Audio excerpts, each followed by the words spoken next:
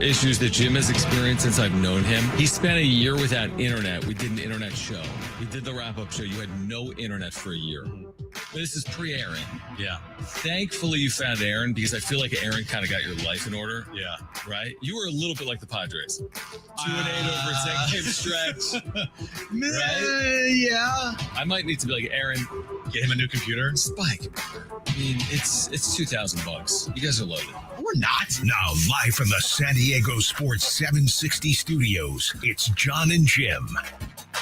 What's going on, San Diego? John and Jim on a Friday. No John today. He's on his way to Pullman up in Washington as the Aztecs will take on Washington State tomorrow night. Of course, that game can be listened right here on San Diego Sports 760. So me and Brent are holding down the fort until 6 p.m. It's funny. John posted a picture about an hour ago, Brent, of him on a plane outside taking a picture from the plane and taking a picture of like the water he's flying over. Yeah. And he goes, Pullman soon. I was like, wait, hold on. Where are you? Like, the show starts in 30 minutes. And the very first comment from the picture that John posted was, well, the show's cooked today. I agree. It's absolutely cooked today. Without John, we are basically like a pirate ship. We don't know what's going to happen. And yeah, John's the leader of the show. He drives the boat with no captain of the boat. He's Paul Skeens.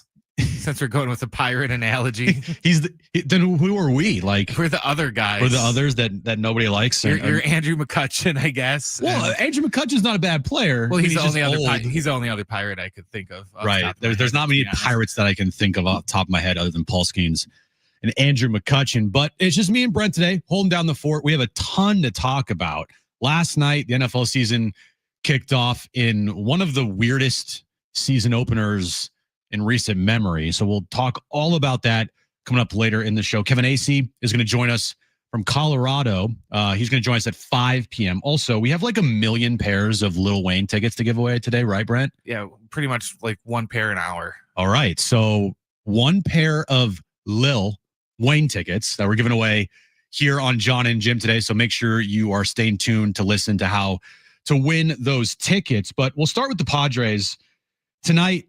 3-game series starts in Colorado. I would say it's a pretty important series. Actually, every series for the remainder of the season is an important series. There's not one series left on the schedule that's not important. Every single one is important. I don't care who they're playing. I don't care who's pitching. I don't care what it is, right? Every single game is important. Every single game feels like a must win, especially when you're competing for a National League West Division title. It's hard to think after the way the Padres have played over the last 10 games. Wait, the division's still in play? It's still very much in play to the point where like the Dodgers have just completely left this door wide open for you. They just got swept in Pittsburgh. Now you did get swept by the Orioles here at Petco Park, but here's the good thing coming out of that sweep. If you could even take something good out of that sweep. You lost no ground on the Dodgers. None. And if I told you the Dodgers get swept in a series, the first thing you think about in your head is, oh, well, they definitely made ground up on the Dodgers then, right? Well, no, they didn't because the Padres also got swept, but that's the whole thing is they didn't lose any ground. For how bad this series was against the Orioles, for how, the fan base is freaking out after this series, the injuries that are piling up, the bad play, Mike Schilt being as thin-skinned as possible when talking about his team's poor play, they still haven't lost any games in the last 4 days. Actually, if anything, they gained a half a game here because last night the Dodgers got swept and they lost to Paul Skeens in the Pirates, and it went from 2.5 to 2. Now, still, as the Dodgers hold the tiebreaker here, that's the biggest concern going into the stretch run. You got to outplay the Dodgers by at least a game here. Actually, not at least a game. You have to outplay them by at least 3 games.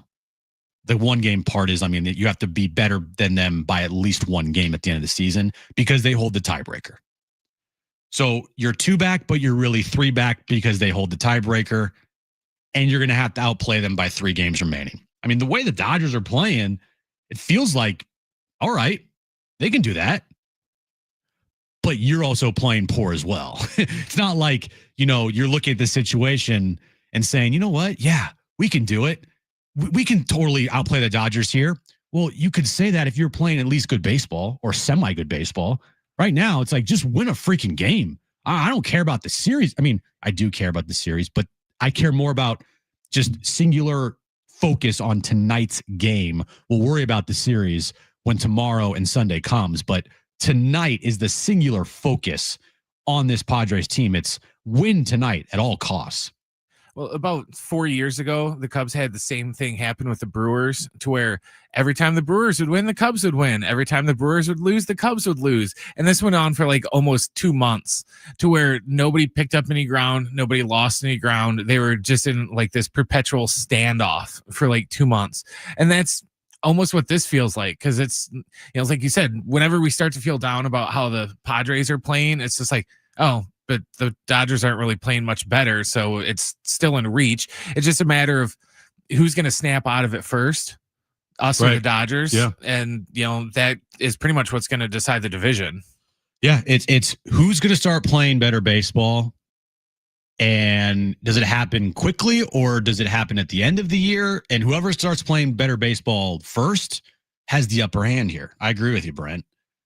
Both teams have been struggling. And going into this weekend, Dodgers play the Orioles, Padres play the Rockies. All right. Orioles obviously just swept the Padres. Rockies, they took 2 out of 4. I think they split that series against the Dodgers in Colorado. Playing in Colorado is always scary. It is never a place that I view as easy wins. The Coors Field is just a place that is so unpredictable that you could win a game 12-11, or you can win a game 3-2. It's one of those places where it's kind of been a little bit of a house of horrors for the Padres. So by no means do I think, or am I going to say, that this series is going to be an easy series, because I thought the Twin series was going to be a series the Padres could have stacked up some wins. I thought the Orioles series was a series the Padres could stack up some wins. So they're going to have to go out and prove it. Starts tonight. And hold on, I'm about to sneeze. Nope, we're good. See, that's the thing, is when John's not here and I'm doing this thing solo with Brent, sneezing is like the worst thing that could possibly happen. But if I just talk through it, I'll be okay.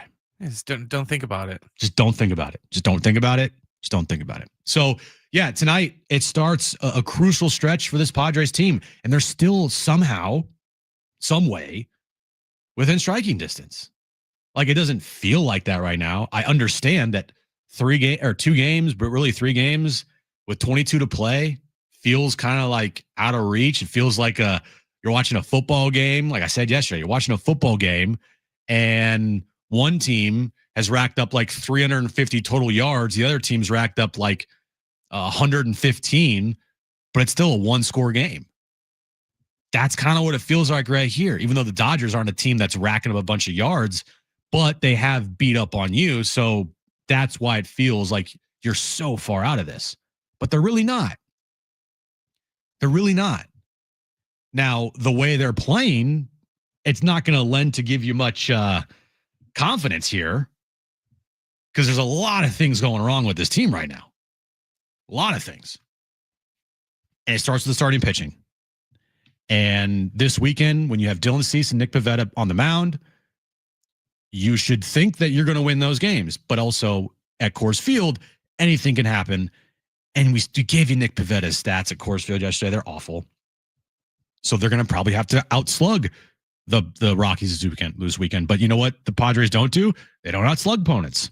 They don't hit home runs, but maybe they can do it in Colorado. There's a lot of things this week and a lot of questions with this team that, can they just win a game tonight? That's step 1. Step 2, can they win a series?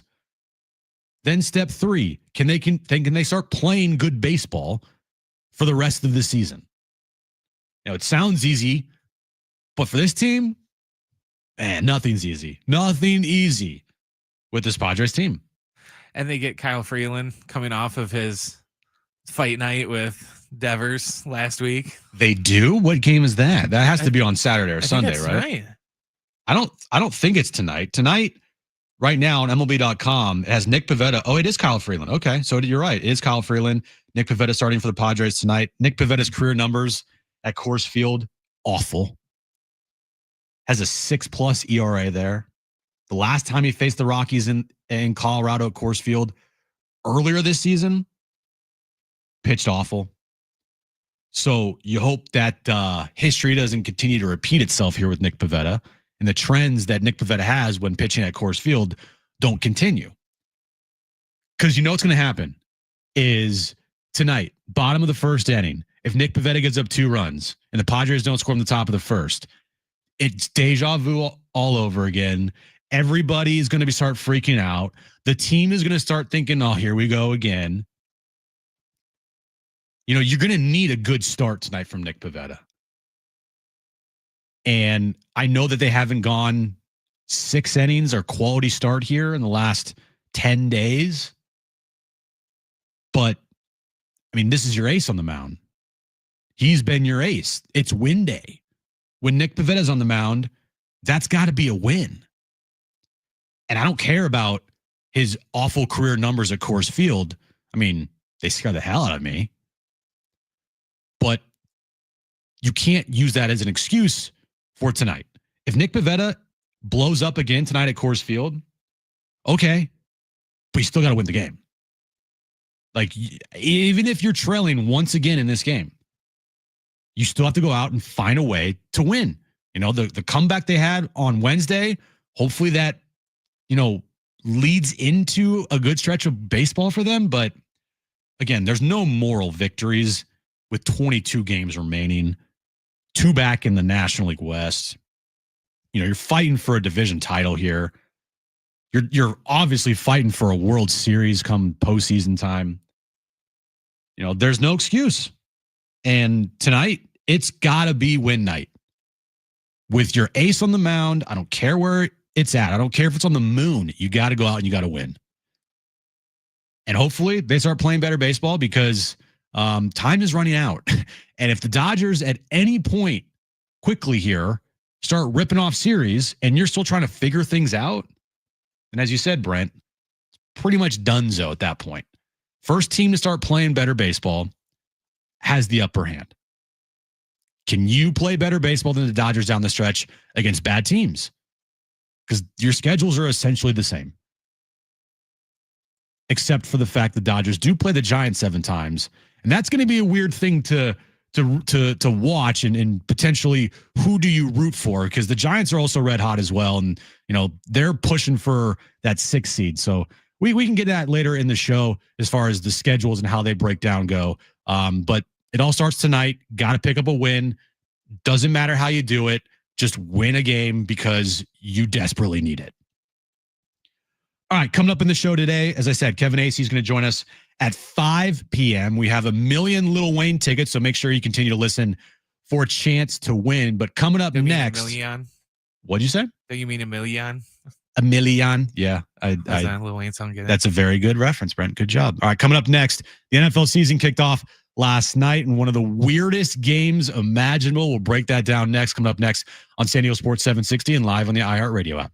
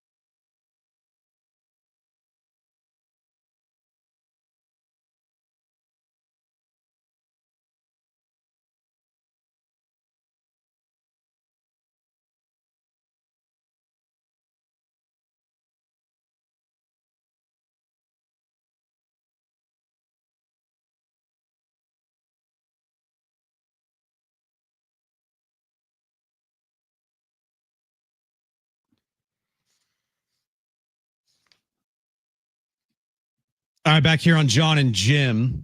Last night, NFL season kicked off, and we had the question yesterday on the show: is it going to be a good game? Because I thought going in with the move that the Dallas Cowboys made with trading away Micah Parsons, the Eagles coming off a Super Bowl championship, bringing back damn near everybody. Their roster's loaded. They're in Philadelphia. They're at the Link. There's no way they're not going to put up, a double-digit win against the Cowboys. And to my surprise, the game last night had damn near everything. It was not a boring game whatsoever. The only boring part was the lightning delay. Weather delay. But I mean, right from the opening kickoff, we got fireworks. And, married to an Eagles fan as I am, there's no surprise in our household with the on-field fights between both teams, with the bad blood between both teams, and especially the bad blood between the fan bases. Like that, if you're an Eagles fan, there's nothing you hate more than a Dallas Cowboy fan. And also there's nothing you hate more than just the Dallas Cowboys in general. So like first play of the game, the kickoff, not even a first play. Didn't even get that far. Yeah, not even a first play as far as offense versus defense goes. Like the kickoff, random dude blows his knee out, and you're like, okay, well that sucks for him. But then it just went right into, wait, who's getting ejected from the game? And not only was it an Eagle, I mean, it was one of their best defensive players, one of the best defensive players in the league, Jalen Carter. And you're like, wait, why did he get ejected?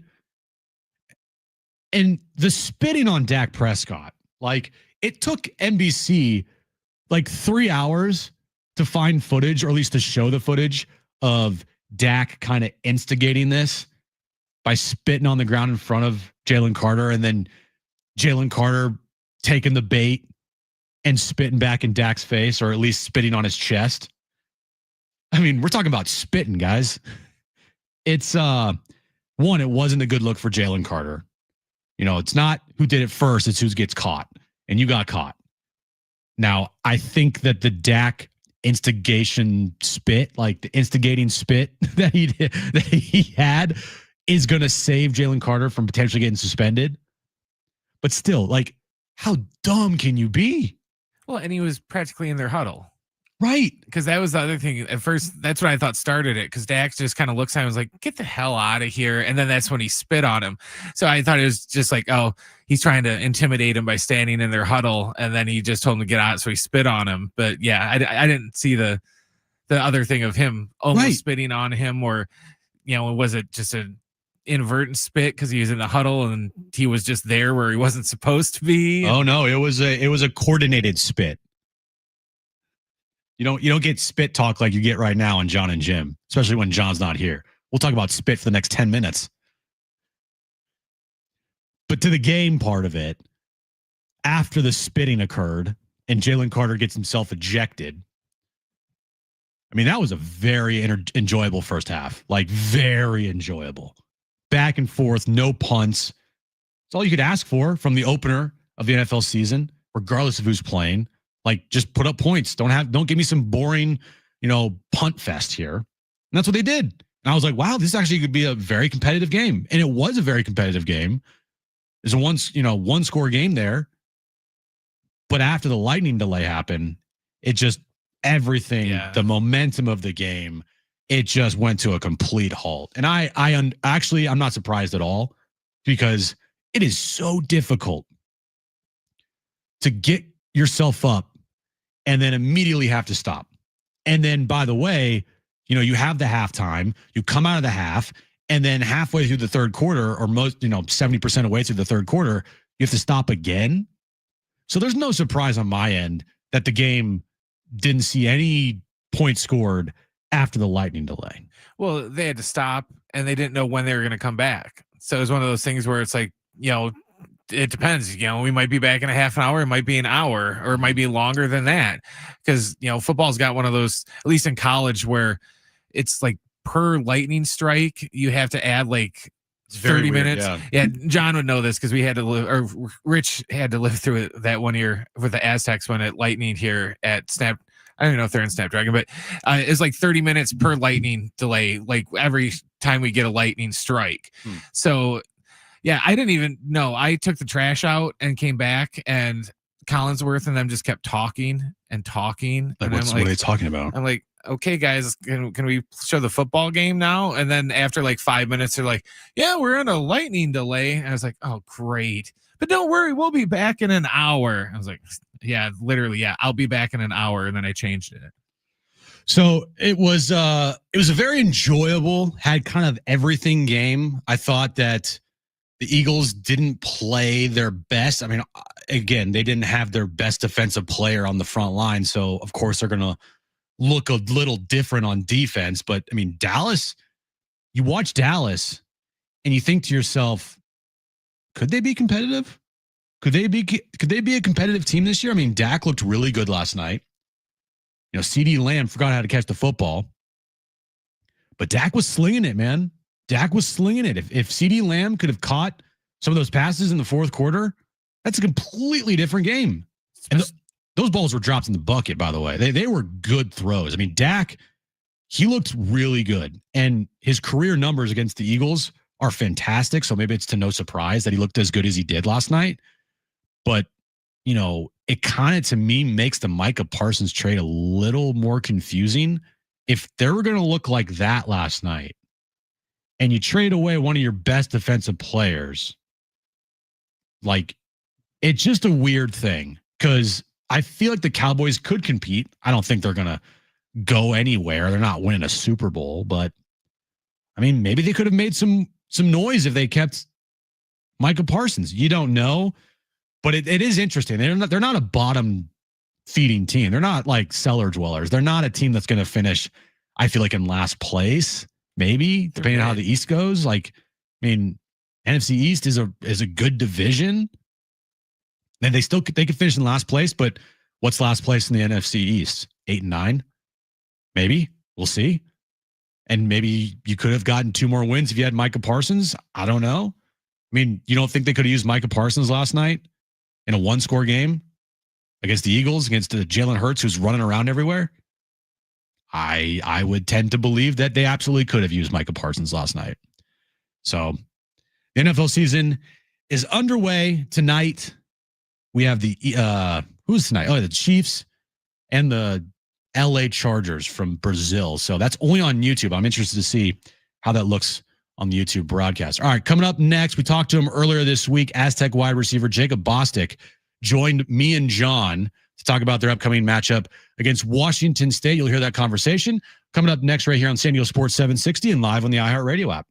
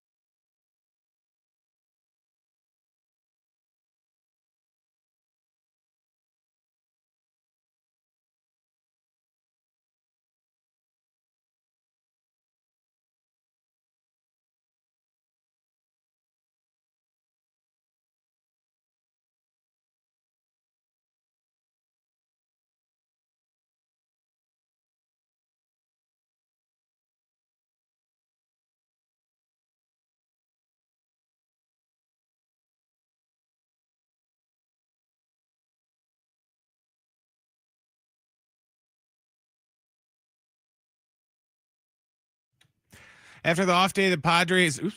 This report is sponsored by Anderson Plumbing, Heating, and Air. After the off day, the Padres are back at it on the road to take on the Rockies tonight. It's going to be Nick Pivetta going for the Padres and Kyle Freeland going for the Rockies. First pitch is set for 5:40. Last night in the NFL, the Eagles took down the Cowboys 24-20. Tonight, it's going to be the Chargers taking on Kansas City in Brazil. Kickoff is set for 5 p.m. And tomorrow night, San Diego State takes on Washington State. Our pregame coverage starts right here at 5:30. And after tonight's show, you can hear the Sean Lewis Coaches Show starting at 6 o'clock. Need HVAC this month? Get 0% for 18 months on a new system. Schedule your free proposal at andersonpha.com. Anderson, fast, reliable, wow.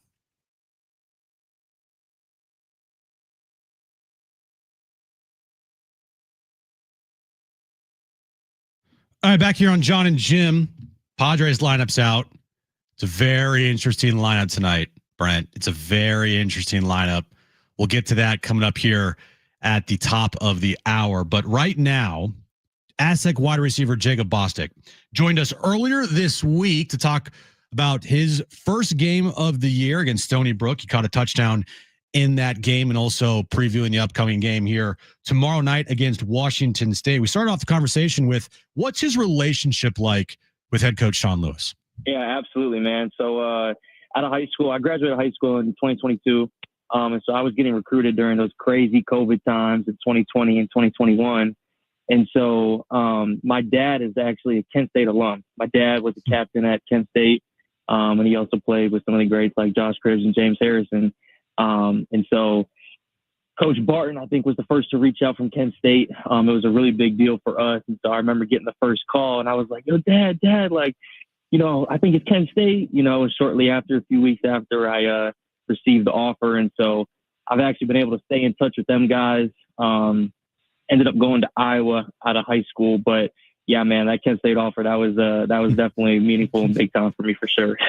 And your journey to come to San Diego State, obviously you mentioned the 1 year at Iowa and you had 1 year at Texas A&M. What's the journey been like to get here to San Diego State with Sean Lewis? Yeah, no doubt. So it was actually 2 years at the University of Iowa, and then I transferred to Texas A&M. But yeah, to focus on Iowa real quick. So get to Iowa, had a strong fall camp, ended up re-injuring a former injury. So kind of was dealing with that the first year. Second year also dealt with the injury. And so those first 2 years were pretty tough, you know what I mean? And especially for a kid, that hadn't had a chance really, and so you go through the whole thing of, you go to high school, you do well, and all of a sudden, like you're a small fish in a big pond. And so it was definitely different. But nonetheless, got an opportunity to transfer, went to Texas A&M, had a really cool experience there, was healthy for the first time. And so really, really grateful to be out in the field this past Thursday. Obviously, like I said, I feel like I have a unique perspective, a little bit different than other people. Just so grateful and thankful for Jesus to give me the chance to play this game that I love. Jacob Bostic with us right now, Aztec junior receiver. Again, 3 catches, 53 yards, and his first career touchdown from Jaden Denigal on Thursday night against Stony Brook. So let's talk about this offense that, Sean Lewis has been running for years, some of the most efficient offenses in the country. What is it about this offense that suits you so well, and what do you enjoy most about being a part of it? Absolutely, man. I think besides the offense, just start about the people. I love the people, and I think the teammates, and I mentioned it in my interview form yesterday, but I just think like they welcome me in with open arms, coaches, players. And so to line up with my brothers each and every game is something really special. But yeah, the offense is awesome, man. I think our ability to go up tempo and quick and fast gives us an advantage, and we're really excited for the season to keep going. All right, let's talk about your first career touchdown catch. You were wide open there in the end zone.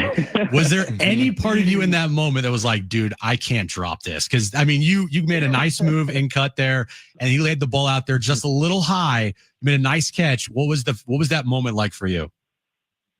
For sure, man. That was definitely a full circle moment, something I've been praying for a long time. Just like you said, made that move. It came up the seam. Thankful for Jaden to find me up the seam. And so, like I said, yeah, when the ball was in the air, I was just pretty excited and glad I could make the play for the team. How do you describe like what you're able to do out there, right? Because you can play inside, you can play outside. Like, what is it about your skill set you think that works, and it's going to work here at San Diego State? Yep. So I come from a pretty strong track background. My dad ran one of the biggest track programs in Illinois, and so we were the Flippin' Flyers, and we went to the Junior Olympics each and every year. And so I just think my track background and just my ability to have that quick, fast twitchiness and that back end speed, I think, is what sets me apart. But yeah, I would say those two things for sure. Who's the fastest player on the team? Oh man, that's a good one. It's funny. My roommate is Bert Emanuel Jr. Okay. So we were talking today about if we had a 4x1 team, who would be starting, who would be anchoring. So that would definitely be a good question. I'm not too sure though. We'll have to see. What's the relationship been like with you and Jaden Denical so far early in the season? Yeah, it's been great. It's definitely been great, man. Obviously, dealt with injuries when I first got here, and so being up tempo and kind of getting things rolling and getting as many reps as we can has been really, really beneficial for the both of us. Yeah, man, he's a great dude, great guy off the field. And so I'm excited to go to war with him each and every weekend. So you have been, as a college player, correct me if I'm wrong, at some of the best environments in the sport, right? I mean, you played at Texas A&M, you played in the Big Ten. I mean, you've played everywhere. So you're going to the road this weekend. That's always a challenge. It's at night, right? Martin Stadium, Pullman, Washington. Their crowd has always been an advantage. What does it take as a team in some of those environments? And what do you enjoy most about being put in a situation like that? For sure, man. I feel like I wouldn't have it any other way. I love under the lights at night, big environment, big fan base. I don't think anybody on our team shies away from those moments like that. You know what I mean? In my opinion, I feel like you live for those moments. And so the more eyes on you, the better you play. And so I think if we go out there and execute and just control, we can control at the end of the day, not try to do too much, just execute with violence each and every play, I think we'll be all right. Most fans might look at a 42-0 victory and go, everything was great, but I'm sure there are things that you guys are looking at on film that you want to improve on. What are some of the things that you are hoping to improve on this week leading up to Washington State? Yeah, things to improve on. I would definitely say just being able to finish the game strong. I think there was a time a little bit in Stony Brook where I feel like sometimes got a little bit loose on the sideline. And so when Coach Lewis brought us together and really helped us refocus there, I think it was really beneficial for all of us. And so really just staying on each other and continually just finishing, you know what I mean? Because at the end of the day, game's not over until the clock hits 0. And so I think that's something that we're really, really trying to put an emphasis on this week. Each and every day at practice, giving everything we got and just being ready to go for Saturday. Jacob, congratulations, man. A great start to the year. We're looking forward to Saturday night, 7:15 on the Palouse. Pregame coverage at 5:15. You can hear the game right here on San Diego Sports 760. Congrats on a great start in an Aztec uniform. We appreciate you taking time for us, and we'll see you this weekend, all right? Absolutely. Thank you, Mr. Schaefer. Thank you, Mr. Russell. Have a good one. How about that? That's a first. That is a first. Wow, look at that. The best ending to an interview ever. Thank you, Mr. Schaefer, but more importantly, thank you, Mr. Russell. That's never happened before. I'm surprised that our guest even knew who I was. You so badly want me to make that a drop, don't you? I do. Mr. Russell, Mr. Schaefer, has to be a drop. All right, coming up next, Padres lineup's out. It's very interesting. There's one player that's not in the lineup tonight, and we will discuss that one player in the lineup coming up next right here on John and Jim on San Diego Sports 760 and live on the iHeartRadio app.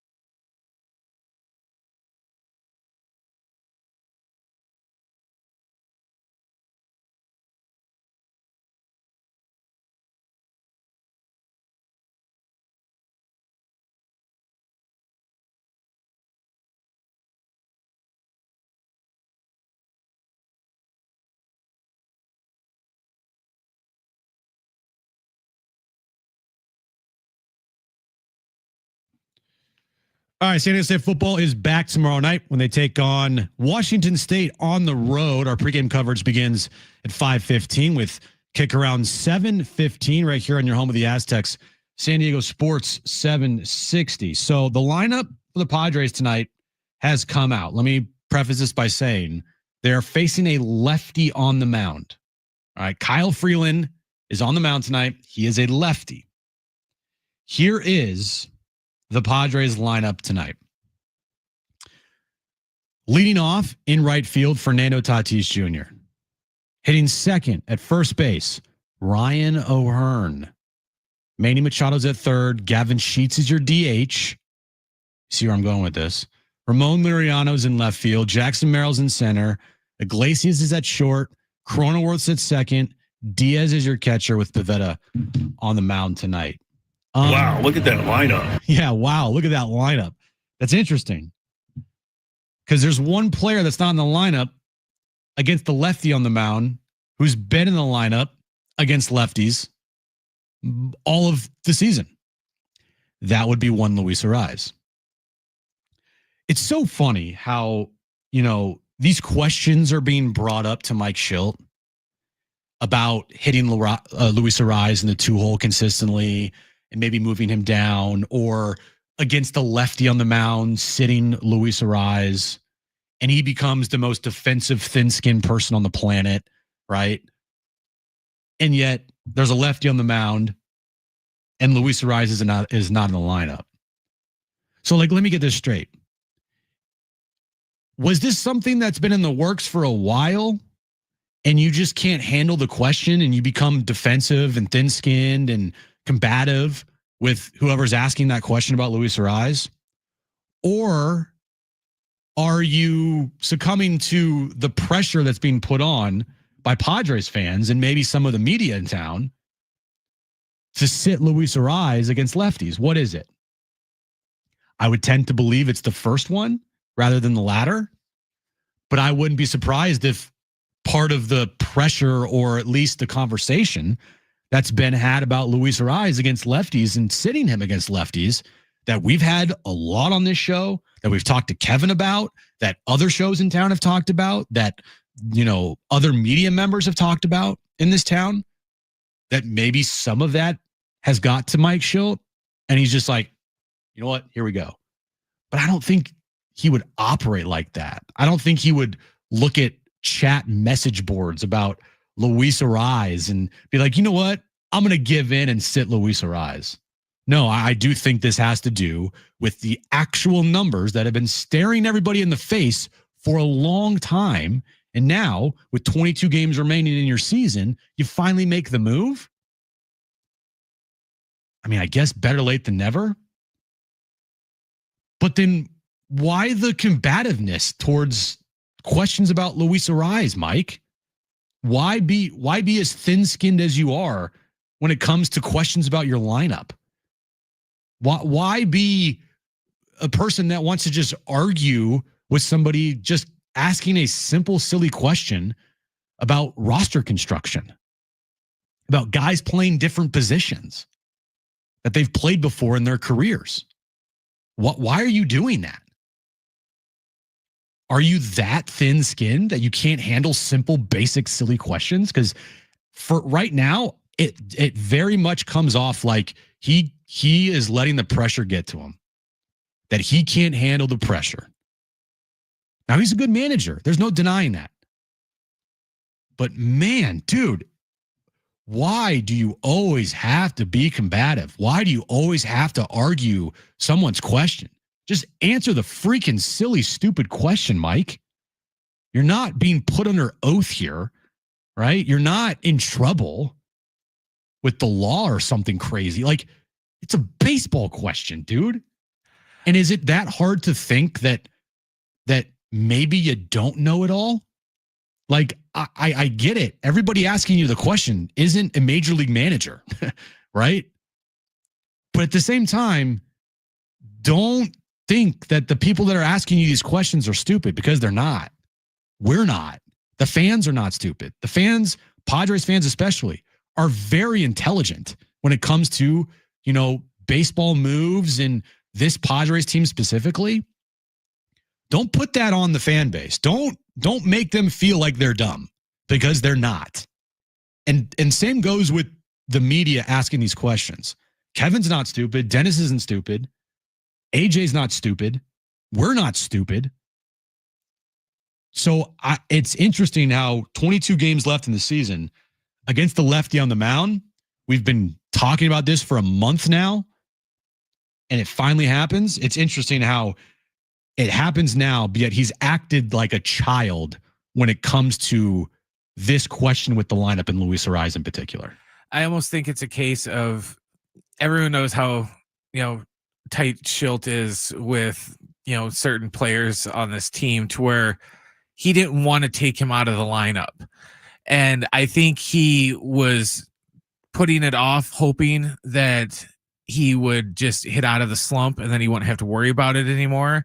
But then, like you said, now we're at the point of no return, because there's only 22 games left in the season and he can't wait anymore. And now he doesn't have a choice. It's not a matter of, I don't want to take him out. I think he can work it through it. We don't have time to wait anymore. So, now it's, do it or get off the pot. I just type of situation. I just think it's kind of funny how, this is clearly not a situation tonight where they're sitting Luis Ariz because he needs a breather. You had an off day yesterday. You played a day game on Wednesday. You've had, a day and a half off, really 2 days, because if you count the half day on Wednesday and the half day today before the game, this is not we need to get him off his feet. And we'll hear what Mike Schilt has to say later in the show. I'm sure it's some BS answer. Almost cursed there. I'm sure it's some BS answer about why they're sitting Luis Ariz when the real reason should be, well, you know what? He's not good against lefties. We need to put the best lineup out there. We need to have the best bats out there. And when there's a lefty on the mound, unfortunately, Luis Ariz is not the best option to have in the lineup. And hopefully they're figuring it out. Or maybe someone in that organization went down to Mike and said, look, Mike, I get it. You want to be this ultimate player's manager. You want to give your guys all the opportunity in the world. But you know what? The numbers are staring us in the face. And the best lineup against the lefty is a lineup without Luis Ariz. Pretty simple. I don't know how it got to this point, whose decision it fully was, but I can't sit here and think it was Mike Schilt in his office today going, you know what? I got it. Against the lefty, that sit Luis Ariz, because his numbers against lefties are awful. He just had an epiphany this morning. Yeah, when he's just like, up. oh my gosh, eating his bowl of cereal or whatever. Like, wow. The light bulb went up above his head. Exactly. I've got it. I got it. Sit him versus the lefty. No, I don't think that's the case at all. I do think there's some pressure here that has been put on Mike Schilt. It's interesting. You start thinking to yourself, the more and more I hear Mike Schilt speak and the more combative he is and the more thin-skinned I see him be with simple questions and lineup construction and whatnot and things that I've heard, start to wonder, like, maybe the Cardinals had a pretty good reason why they fired Mike Schilt. Like, maybe there's actually a reason there. Instead of, wow, they just feel, I don't know why they fired him. They labeled it as philosophical differences. But the more time that we get to know Mike Schilt and the more time other people in this city get to know Mike Schilt, if they don't win, you kind of understand it. But again, that takes nothing away from him still being a good manager, because he is a good manager. There's no denying that. The record speaks for itself. I'm talking about everything else that goes into the job that I feel like he has a hard time doing, or at least he has a hard time with. He's just not the type of person that, I don't know. It's just a weird thing when you try to dissect Mike Schilt. Maybe as a person as well, and the whole being combative with the media and, talking down to the media, especially Kevin, and, just not answering simple questions and, getting upset. Like, it just, I don't know, man. It's a weird thing when you try to dissect Mike Schilt and pick apart his brain. It really is. But he's a good manager. And if you win games, you deal with that stuff. The question is when they lose games or if they don't win a World Series or if they, lose in the postseason again, can he get over that hump? We'll find out. But the lineup, it's an interesting one tonight. That's for sure. And I'd be very curious to find out how they got to this lineup with Luis Arraez not in it, because that'd be very weird if it was just something he thought of this morning, right? All right, coming up next, Steve Ballmer. Probably not the best to just talk randomly to ESPN when you could be in some serious trouble here, my guy. We'll talk about Steve Ballmer and what he said last night on ESPN after the NFL game. Coming up next right here on John and Jim on San Diego Sports 760 and live on the iHeartRadio app.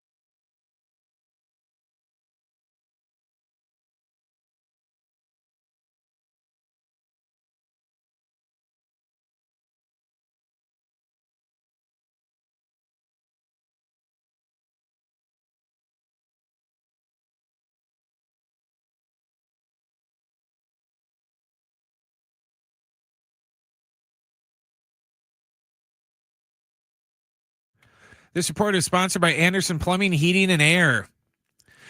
The Padres are back at it tonight to start a 3-game set with the Rockies in Colorado. It's going to be Nick Pivetta on the hill for the Padres and Kyle Freeland going for the Rockies. First pitch is set for 5:40. The NFL season kicked off last night in Philadelphia as the Eagles held on to beat the Cowboys 24-20. Tonight, the Chargers take on the Chiefs in Brazil. Kickoff is set for 5 o'clock. Tomorrow night, the Aztecs take on Washington State. Our pregame coverage starts at 5:30. You can hear the Sean Lewis Coaches Show tonight at 6 o'clock. Need HVAC? This month, get 0% for 18 months on a new system. Schedule your free proposal at AndersonPHA.com. Anderson, fast, reliable, wow.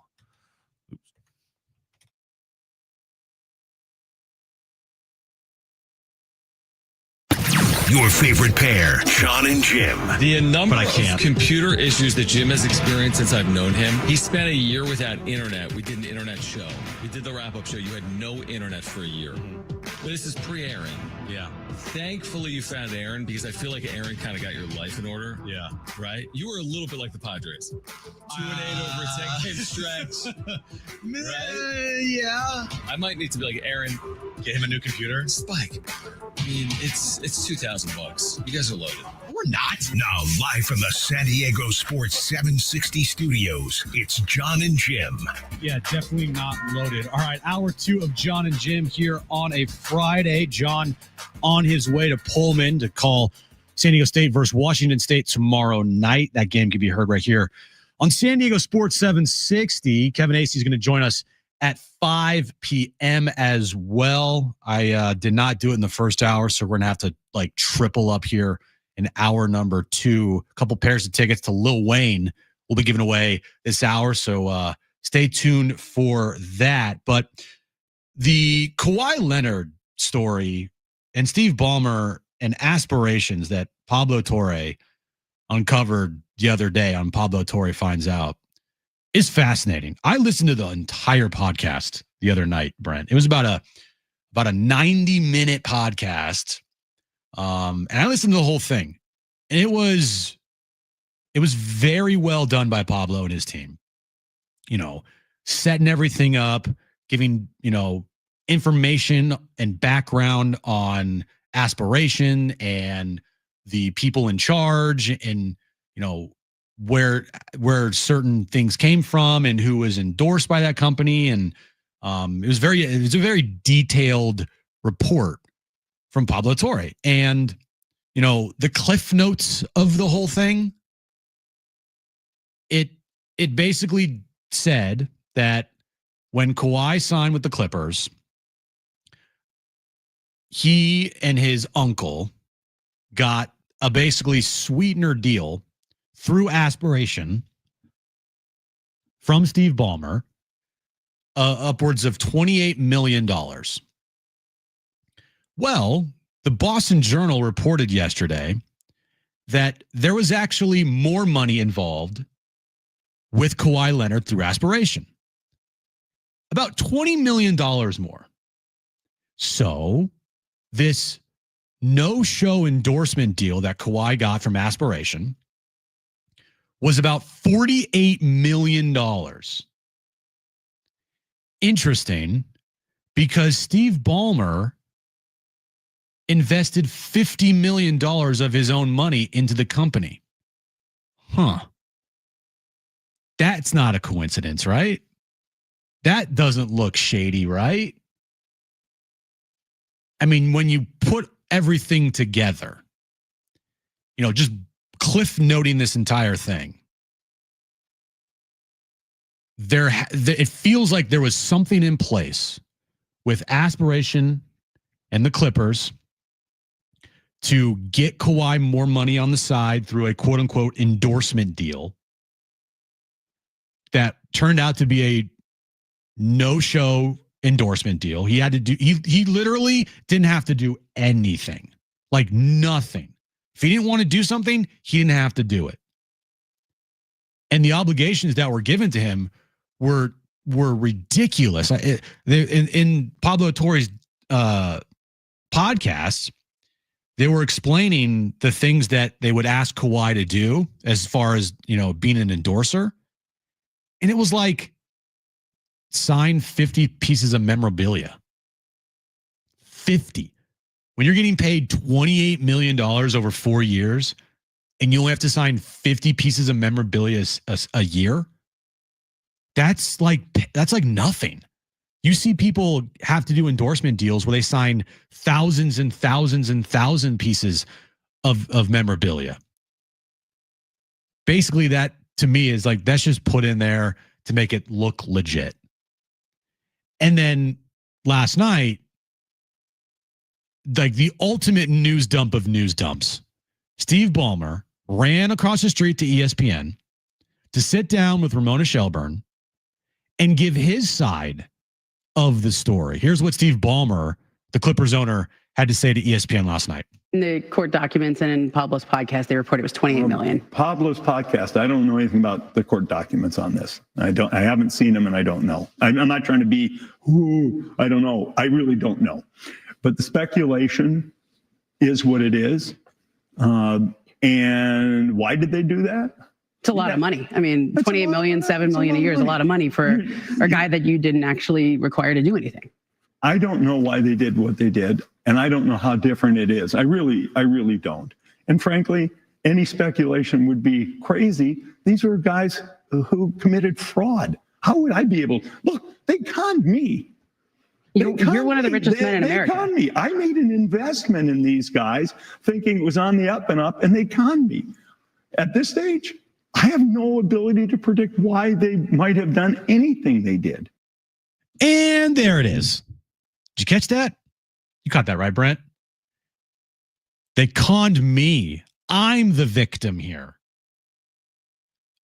No, sir. You're a billionaire. You're the 6th richest person in the world. You don't get conned. Okay. Exactly. You don't get conned when you're the 6th richest person in the entire world. All right. We're not talking about someone stealing $100 billion from you. We're talking about somebody allegedly, according to your side of the story, conning you for $50 million. Do you know how much $50 million is to a billionaire? Like for us average people, like $1. Maybe a little more, maybe a little less. Again, I'm not good with numbers. But $50 million to a billionaire, and especially to a billionaire 100 times over, is nothing. It's very easy to see when someone is guilty of something when immediately they play the victim. Like it is as clear as day. Now, again, we'll find out what happens with the investigation. Sam Amick just reported moments ago that the NBA has hired the law firm Watchell, Lipton, Rose, and Katz to investigate the Clippers' Kawhi Leonard situation. It's the same law firm that investigated Donald Sterling and Robert Sarver. So they're not messing around here. Those are big boys that's going to be investigating you. I just think the whole thing is very, very shady. And, I'm seeing the argument now. He's a billionaire. He wouldn't be that stupid. Oh, really? Oh, really? You don't think that billionaires can be stupid just because they're billionaires? When you're talking about $50 million that he gave to Aspiration, and then all of a sudden we find out that $48 million was given from Aspiration, or at least that was the agreement to Kawhi Leonard in a complete no-show endorsement deal. Like he did nothing for the company, like absolutely nothing. And when they show who this company had as far as influencers and endorsers or endorsees, they had A-list celebrities, Leonardo DiCaprio, Robert Downey Jr., Drake, as Pablo Torre said, the A-list Avengers. None of them we're getting even close to a fraction of what Kawhi Leonard got, or at least signed up to get. And to be honest with you, like Kawhi's a big name in the sports world, and he's a superstar. He ain't bigger than Leonardo DiCaprio. He ain't bigger than Robert Downey Jr. And he sure as hell ain't bigger than Drake. So it's like, what stands out here? We played that game the other day. Like Fernando Tatis Jr., Will Wagner, and Jackson Merrill. Like one of these things is not like the other. Of the four people that I just named, Leo, Downey, Drake, and Kawhi, who should be getting the most money there as far as an endorser goes? Not Kawhi. That's not my first person I'm endorsing. Yet he gets not only first discovered by Pablo, $28 million for a no-show deal, but then discovered by the Boston Journal yesterday, ironically, that there was also another $20 million that was attached to that deal for a no-show deal. And it just so happened that Steve Ballmer invested $50 million into the company. And now he's playing the victim card. He got conned. Bro. That's what I think is funny, because like you said, on the one side, there's people like, he's not that stupid that he would do that. Well, Steve Ballmer just said he was. Yeah. He invested in the company that conned him. And he just went on there. It's like, well, how was I supposed to? It's like, dude, you don't get that rich being dumb. Right. Unless you inherited all your money or you win the lottery or something. You don't get that wealthy by being dumb and doing dumb things. But he tried something, he got caught, and now he's trying to just weasel his way out of it and be like, no, I didn't know anything. I'm just this dumb millionaire that, anybody can rip me off. I'm so dumb. I just, oh God. It's like, no, I don't think anyone's going to buy it, Steve. Yeah, I don't think the public court of opinion is going to buy it at all. I already think that he made a mistake by going on with Ramona Shelburne on ESPN, where they aired the interview right after the NFL game ended. Well, I almost bet money he thought, oh, dude, I'm going to go over there today. It's opening day of NFL. No one will know. If back in the days when people used to read newspapers, this will be in like page 6 of the paper. It's just going to get buried. No one will ever see it. And then I can just go out there and be like, oh, I was in the media. I commented on it. Just nobody paid any attention because it's opening day NFL. Now, here's the thing that has to be found out is that, is there any evidence of, because the one thing that Steve Ballmer did say the other night, and we can talk more about this in their side, but the one thing he did mention was, they introduced Kawhi to aspiration after Kawhi signed his deal with the Clippers in 2021, I think it was. So it wasn't like they introduced Kawhi to the aspiration before. They introduced him after. I mean, it's a weird thing, but we'll talk about a little bit more on the other side. The one thing that I think that the NBA, while investigating Steve Ballmer, what they have to find out to make this, stick here, to make these allegations stick. We'll talk about that coming up next right here on John and Jim on San Diego Sports 760 and live on the iHeartRadio app. But right now, if you want to go to Lil Wayne, all you got to do is call 877-767-4760, caller number 7. You are going to Lil Wayne. It's a pair of tickets, right? Or a 4-pack. Pair of tickets. A pair of tickets to see Lil Wayne right now. 877-767-4760. Call right now. Caller number 7. You win a pair of tickets to see Lil Wayne. More John and Jim come up next.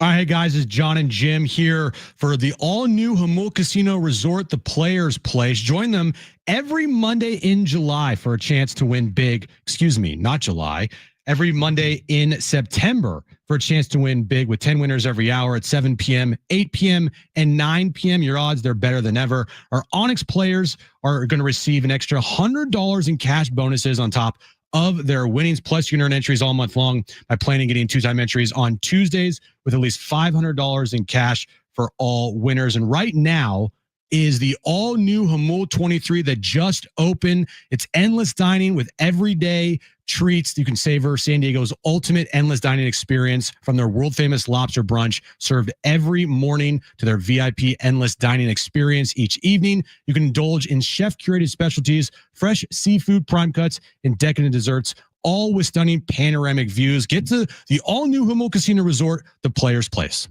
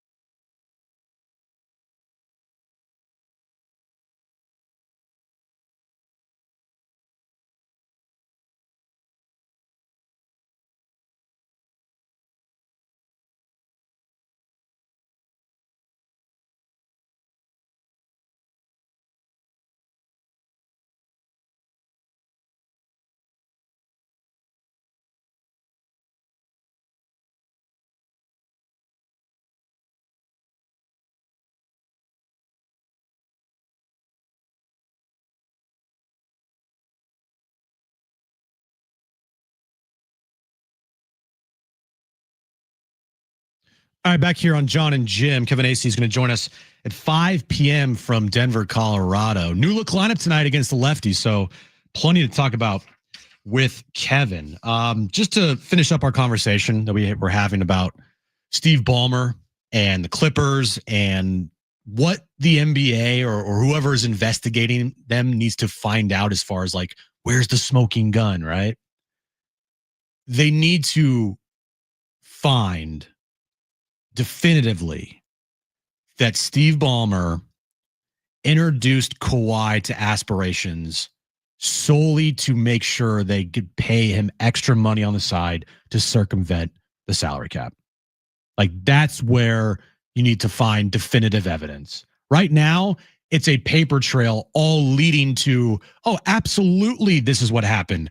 Steve Ballmer introduced Kawhi to Aspiration so he could pay Kawhi through Aspiration through a fake sponsorship endorsement. And you need to make that stick. And right now there's a bunch of stuff out there that leads you down that path, but there still isn't that, like, the money that Steve Ballmer gave to Aspirations directly went to Kawhi Leonard. That's where that's where the smoking gun needs to be discovered. Well, I know one thing, if the NBA does find something and their attorneys find something, the government's probably going to look into this too, because this would be fraud. Absolutely. Well, it would be, I don't know if the government would look into it. Again, it's not something that I'm like an expert on, but it's definitely interesting how, Aspiration was going to be like the jersey patch for the Clippers. They signed a $300 million naming rights deal. I mean, this thing was not just some random company. I mean, Aspirations was a huge part of the Clippers when they first moved into the Intuit Dome. They were talking about they wanted to be the naming rights partner for the actual arena. And so Steve Ballmer was directly connected to Aspiration. He knew them very well. The question now is, was the money that Steve Ballmer gave to Aspiration directly sent to Kawhi Leonard? Like, that's how the funnel happened. It was like a reach around pause. It was like something like, oh, here's $50 million because I'm investing in your company. But really, we need you to give that $50 million to Kawhi. Like, did that occur? Were those things coordinated between Ballmer and Aspirations? It's very easy right now to put the two and two together. But unless there is proof and evidence of that occurring, because it seems like, there's paper trails everywhere. There's emails being discovered and text change that are being discovered, and former employees of the company coming out and speaking about this. So it doesn't seem like it should be too hard to find.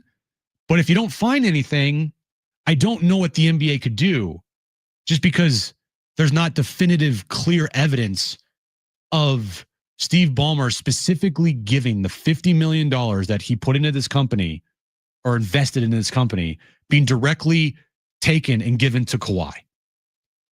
Like, that's where you need to find proof of that, or else I don't know what the NBA could do other than this whole thing would just be, hey, we're going to punish you because there's some, evidence that would lend us to believe that you did it. But we don't have any concrete evidence. It's just evidence that we think you did it. And if you don't find concrete evidence, I don't know what else they could do. Well, that's the thing, though. When it comes to the court of law, they would need concrete evidence. When it comes to, NBA court of public opinion, NBA court, pun intended, they don't really have to. So if, Silver and whoever he, sends in to investigate this, if they think they find enough, then they'll deal out, whatever punishment they think is fit for the amount of evidence that they have. And, you see how, rough they are just for, tampering stuff that half the time isn't even tampering. I remember that one time a couple of years ago, Magic Johnson was on Jimmy Kimmel, and he just said that Giannis was a great player.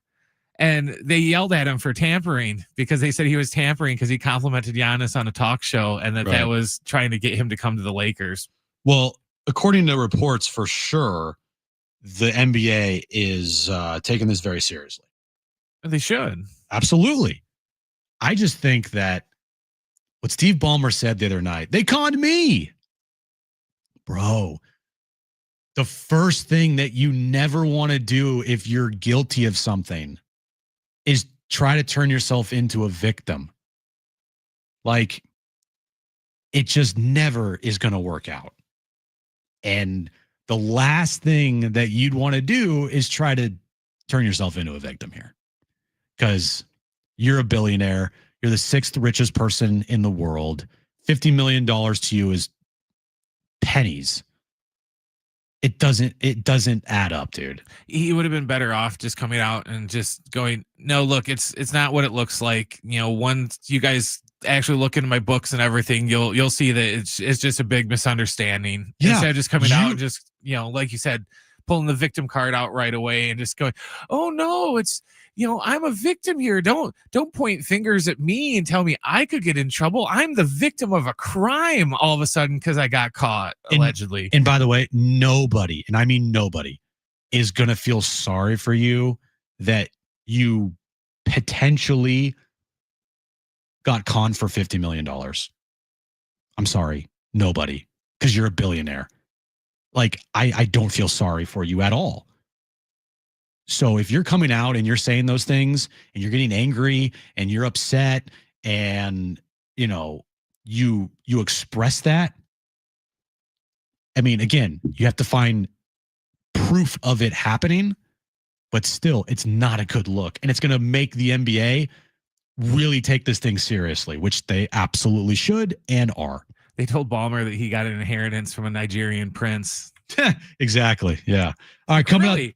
Coming up next, if you missed our conversation earlier in the week, breaking down tomorrow's game against San Diego State and Washington State, Chris King, the voice of Washington State, he joined us earlier in the week. You're going to hear that conversation coming up next on John and Jim on San Diego Sports 760 and live on the iHeartRadio app.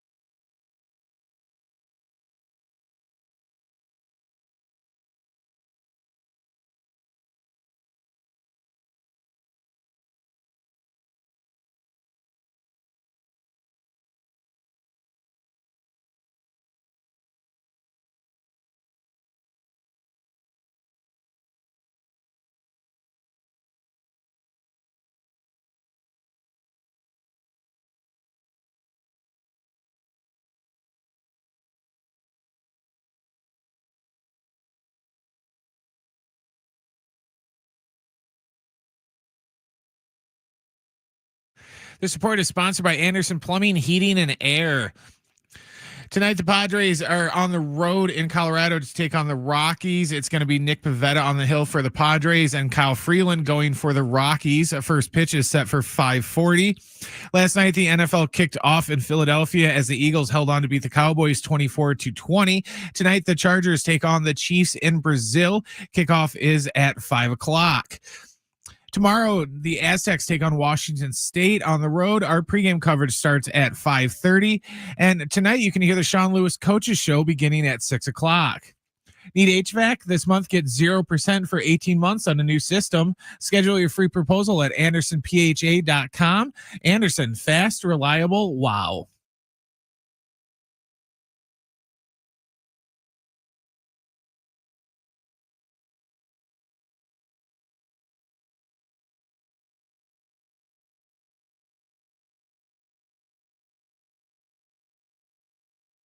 All right, back here on John and Jim. Kevin AC is going to join us at 5 p.m. today. We have a lot to talk about with Kevin from Colorado. But right now, another pair of tickets for a Lil Wayne concert. All you got to do is be caller number 7, 877-767-4760. Brent, when is this concert again? And as he just put something in, the 10th. All right. September 10th, if you want to go to Lil Wayne, 877-767-4760. Caller number 7, call in right now and you've won a pair of Lil Wayne tickets. But earlier this week, we talked to Chris King, who is the Washington State play-by-play man for the football team. And we started our conversation off with what's his primary takeaways from week 1 of the college football season. Well, thanks for having me. I would say the primary takeaway from week 1 for Washington State was survival. Yeah. I mean, you can look back on that game in a month or two and shrug your shoulders if it was an ugly win, and hopefully you build on that. And the old adage, the biggest improvements you make are from week 1 to week 2 in a season. But that would have been really bad news for WSU in their season had they lost out of the gate to Idaho. Now, Idaho deserves a ton of respect. They took Oregon down to the wire last year in their opener in Eugene. It was a Idaho team 3 years ago that came into Pullman for the opener, and WSU just hung on for a victory in that game. And then Washington State the next week went to Madison and beat Wisconsin on the road. So, you know, credit to Idaho, and week 1 could be a bit bumpy. But, I mean, I would say big picture outside of just survival for Washington State, it is a brand new head coach in Jimmy Rogers. There are over 70 new players on the roster. A chunk of those are guys that he brought with him from South Dakota State. He got the WSU job after having a lot of success at South Dakota State, which is one of the FCS powerhouse programs, led them to winning the national championship at the FCS level in 2023. But the thing that probably stood out the most where Washington State will look to improve is on the ground. It was not pretty last week, and Jimmy Rogers has preached, hey, we want to play physical football. We want to have success in the trenches. WSU mostly has been either air raid under Mike Leach or some more, little more modern variation of the air raid in the years since Mike Leach has no longer been the WSU coach. That's different. And Washington State ran the ball 22 times for 3 net yards last week. So that is the big talking point around Pullman with the program is how will that, take a big leap forward? Because last week the team was able to come away with the victory despite really having a tough time running the ball. So the line on this game is moved. It's a -1.5 Washington State. Last year, we all know what happened here in San Diego. The Aztecs have completely turned over their entire roster. New quarterback, offensive line upgrades, a lot of returning players on defense for them. How do you see them matching up against Washington State this weekend and vice versa? That's an excellent question. I mean, tip of the hat to San Diego State and what they were able to do week 1. Some similarities, taking on an FCS program that has been a stronger FCS program, and Stony Brook has had some recent success. So, and that was all San Diego State. I mean, you don't look at that tape last week of what San Diego State did against Stony Brook and be particularly excited to face that same defense that limited and really just not only shut out but shut down Stony Brook. And then offensively, the big theme talking to the WSU coaches going into last week was, okay, feeling out, because for WSU, there was a feeling out process of having all these guys together and playing as one for the first time. And for Idaho, they had a coaching change. So there was some sense of unknown. It was a first-time offensive coordinator. It was a defensive coordinator who hasn't been a defensive coordinator in 4 years. Well, you have that 1 week of tape to watch for San Diego State, but there's a lot of weapons, obviously, at the quarterback position, and then how well the running backs did in that game. So that's going to be a fascinating matchup. I just think overall, can WSU have more offensive success against San Diego State defense that was so good last week? And then on the flip side, WSU's defense deserves credit against Idaho. They gave up 10 points, but 3 of those points came when WSU lost a fumble at the 11-yard line, which gave Idaho great field position, and the defense held Idaho to just a field goal, which was crucial at that point late in the game. Chris King with us right now, voice of the Washington State Cougars. Again, the Aztecs and Cougars coming up Saturday at 7:15, a game you can hear right here on San Diego Sports 760. So more big picture. What is it like in Pullman now? I mean, on the other side of what transpired with the old Pac-12, as we look towards the new Pac-12, what's the overall thought from the fan base about where Washington State, its athletic programs are heading moving forward with programs like San Diego State, Boise State, and others coming into the league? Great question. I will say, and I'll get back to answering that specifically. I'm sure you've heard the Pac-12 after dark phrase. So, I mean, now that WSU and San Diego State will be playing a lot moving forward, this can kind of be maybe a little preview of Pac-12 after dark. And here locally in Pullman and on the Palouse, which is the name of the region where, kind of Pullman and into Moscow, Idaho, and the whole Palouse region, we call it Palouse after dark. So I have a little Palouse after dark on our hands coming up Saturday night between Washington State and San Diego State. It's hard to speak for everyone, but I think, and I went to WSU, so I feel this deeply, not just in my job, but also just as someone who went to WSU, whose wife went to WSU, whose, kids go to school wearing crimson and gray. It obviously is difficult in the sense of moving forward and what happened. There's still processing of what happened because it's just different of like, it was out of WSU's control what happened. And yet here you are in this position of making the most moving forward. And I think that, whether or not once UCLA and USC left, San Diego State was probably going to be part of that picture moving forward involving WSU. Now things happen even more where, maybe even some teams that would have been part of that are not part of that. But, it's definitely a transition process for the fan base to kind of wrap their mind around it. I think the biggest selling point is the fact that with the new Pac-12, there will be, is the way things are set up now, a path to the college football playoff.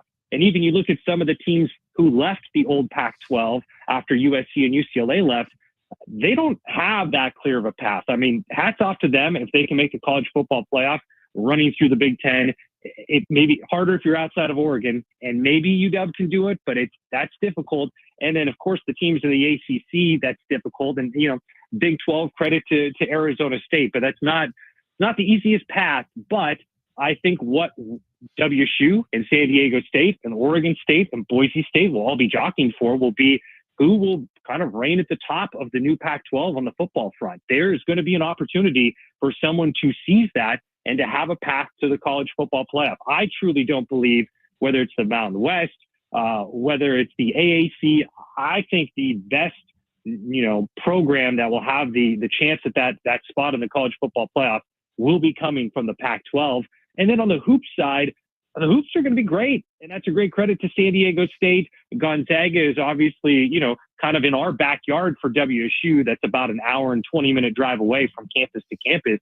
The hoops is going to be great in the new Pac-12. So I think WSU, too, in the old Pac-12, you were the school with some of the least amount of resources, if not the least amount of resources. And it's going to kind of take a point of view shift to be one of the teams that, hopefully are in the upper half or very, very top of having the most resources and expecting that success year in and year out. And, while WSU, it was never consistent necessarily, there's been some great accomplishments in WSU football history, most recently in the Mike Leach era and what happened in that Gardner Minshew year, but even in those other years, kind of with Luke Falk at quarterback. And then you go back to the Rose Bowls in the late 90s and the early 2000s under Mike Price, Drew Bledsoe being the number 1 overall pick. There's been some great football in WSU history, and this is just a unique new chapter that's being written.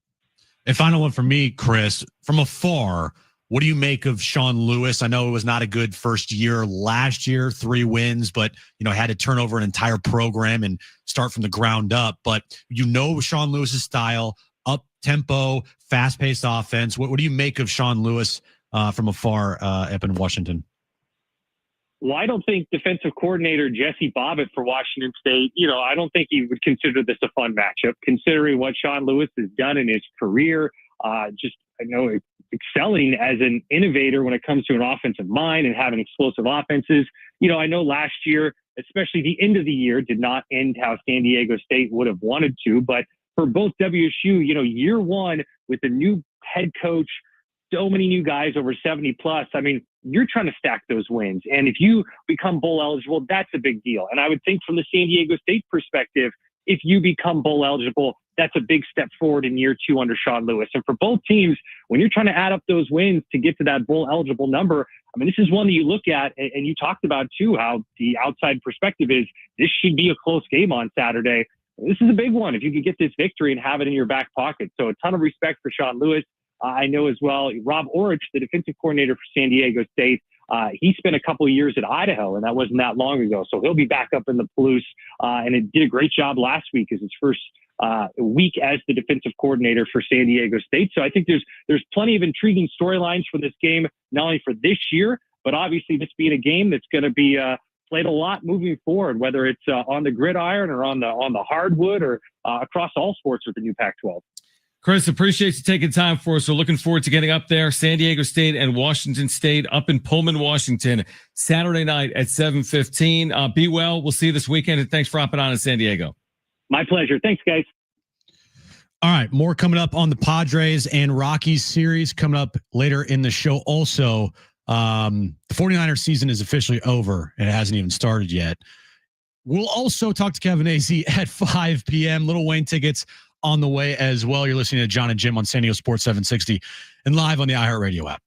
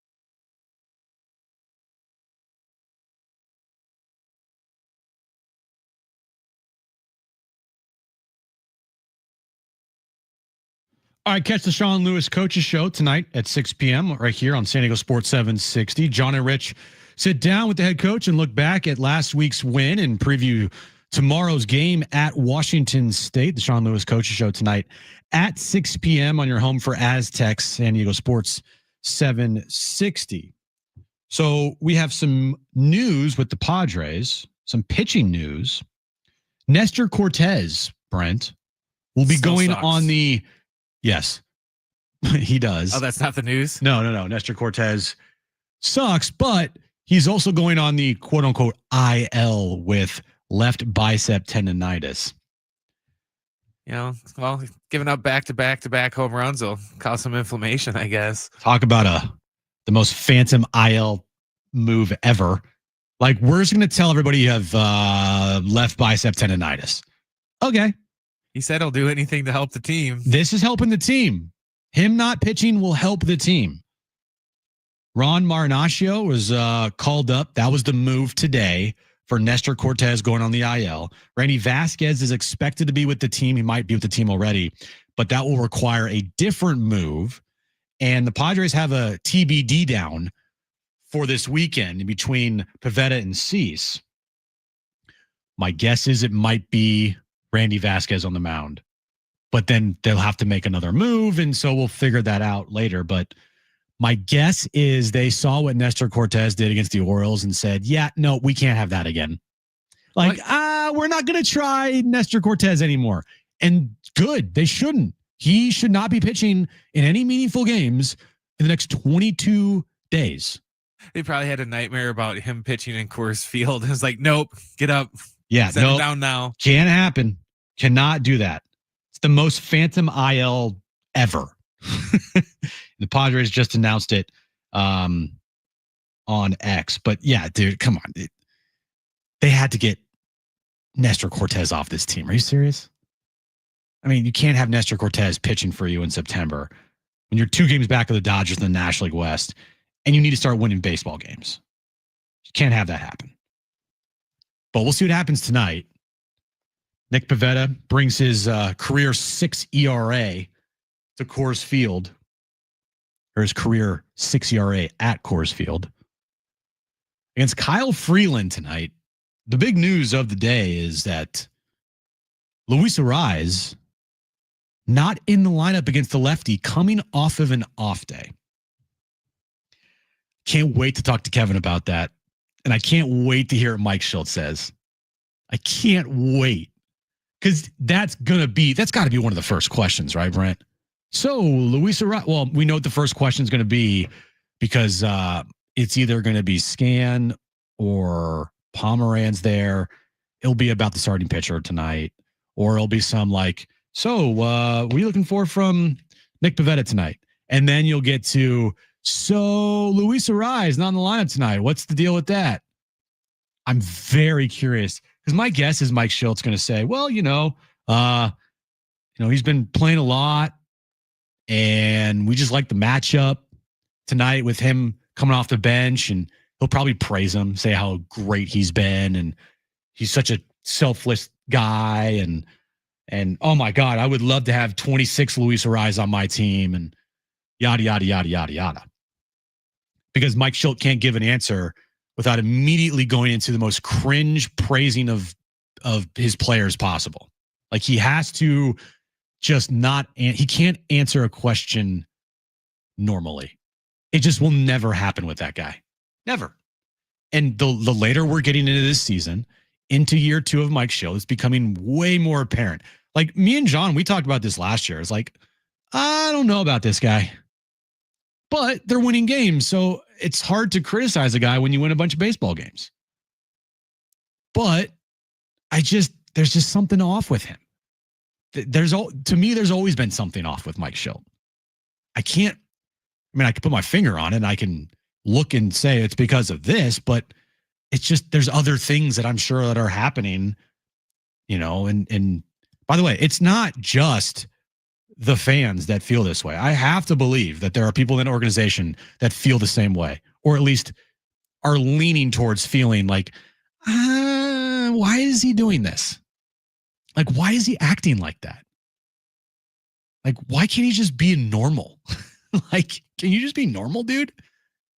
But at the end of the day, the Mike Schilt conversation on how he is has nothing to do and should have nothing to do with the Padres on the field.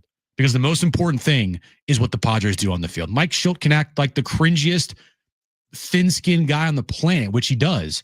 But again, that's a side story to the main story, which is the Padres on the field right now are playing awful baseball. And they have to be better. They've acknowledged it. They know that what's at stake here. And luckily for them, they're not completely buried, because if the Dodgers just played, 500 baseball the last month, Padres are dead. They're not winning the division. They're making the playoffs, but there's no hope of a division title. None. Zero. And because of the Dodgers' poor play, it's left this door open. Now, interesting from the Dodgers standpoint here is Tyler Glasnow, who was expected to pitch tonight, got scratched earlier in the day. I mean, they just have a million injuries. Don't know what he was scratched for. But you know who's starting tonight in his place on short notice, and he's going to be made out to be the hero of the day. Oh my, I can't believe such a selfless act that Shohei Ohtani has decided on short rest to go and help his team in any way possible and pitch tonight for the Dodgers and blah, blah, blah, blah, blah. Oh, I love Shohei. I love Shohei. Shut up. Like, okay, whatever. They got their own problems to deal with. Yeah, exactly. Anytime Shohei Ohtani's mentioned. So Dodgers, Orioles, Padres, Rockies starts tonight. And when you look around the rest of the National League here, Brent, that 4 seed kind of looks a little out of reach right now. Cubs have taken a 4.5 game lead over the Padres here. They won today 11-5 over the Nationals. If the Padres don't win tonight, that's a 5 game lead over the Padres for the 4 seed. Padres only lead the Mets by a game for the 6.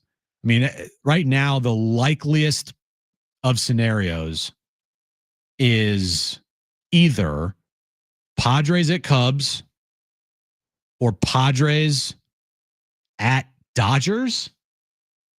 I think that's what we could be looking at right here come playoff time if the Padres don't win the division.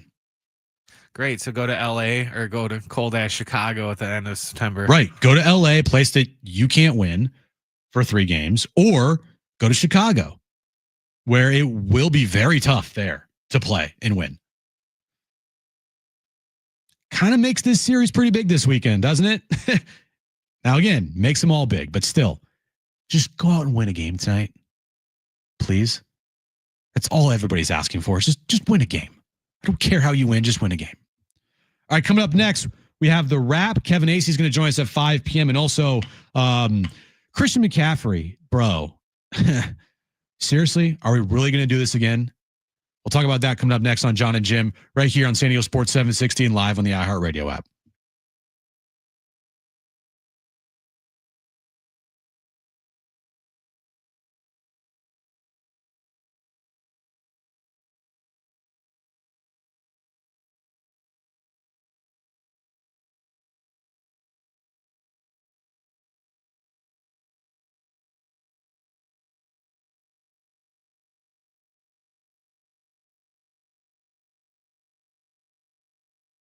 All right, hey guys, it is Schaefer, and there is no better time than now to get down to your local Toyota dealer with new vehicles arriving daily, including the most popular cars, trucks, and SUVs. So whatever kind of vehicle you're looking for, hurry into your Toyota dealer today, or make sure to head to Toyota.com if you're looking for a great deal on a new Toyota. There you can check out all the latest offers, search inventory. Finding the Toyota that's just right for you starts at Toyota.com. Toyota's Beyond Zero lineup of electrified vehicles helps to create a greener planet. Toyota's Beyond Zero lineup supports a greener planet with a wide range of electrified vehicles, including hybrids, plug-in hybrids, and fully electric vehicles. Or take each day further than you thought possible in a new Camry with its stylish looks that'll make an impression wherever you go. See your Toyota dealer today and discover what makes Camry legendary. There's no better time than now to get your local Toyota dealer. Get your local Toyota dealer today or Toyota.com. That's Toyota.com. Your Toyota dealers, we make it easy.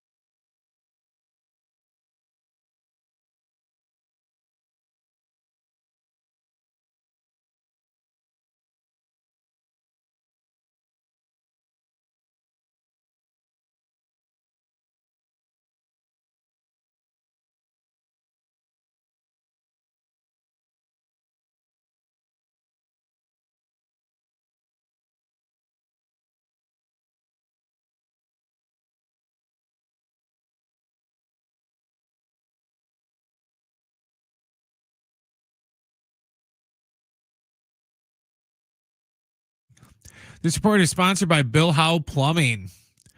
After an off day, the Padres are back at it tonight on the road to take on Colorado. It's going to be Nick Pivetta pitching for the Padres and Kyle Freeland on the hill for the Rockies. First pitch is at 5:40. Last night, the NFL season kicked off in Philly as the Eagles held on to beat the Cowboys 24-20. Tonight, the Chargers take on the Chiefs in Brazil. Kickoff is set for 5 p.m. Tomorrow night, the Aztecs take on Washington State. Our pregame coverage starts right here at 5:30. You can hear the Sean Lewis Coaches Show tonight starting at 6 o'clock. Traffic may be slow, but your drains don't have to be. The experts at Bill Howe have been helping San Diego with their plumbing needs for 45 years. Call 1-800-BILL-HOWE because we know how. License number 488-413.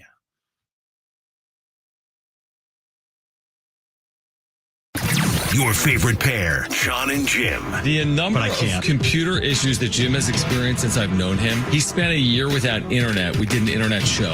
We did the wrap-up show. You had no internet for a year. But this is pre-airing. Yeah. Thankfully, you found Aaron because I feel like Aaron kind of got your life in order. Yeah. Right? You were a little bit like the Padres. 2-8 over a 10-game stretch.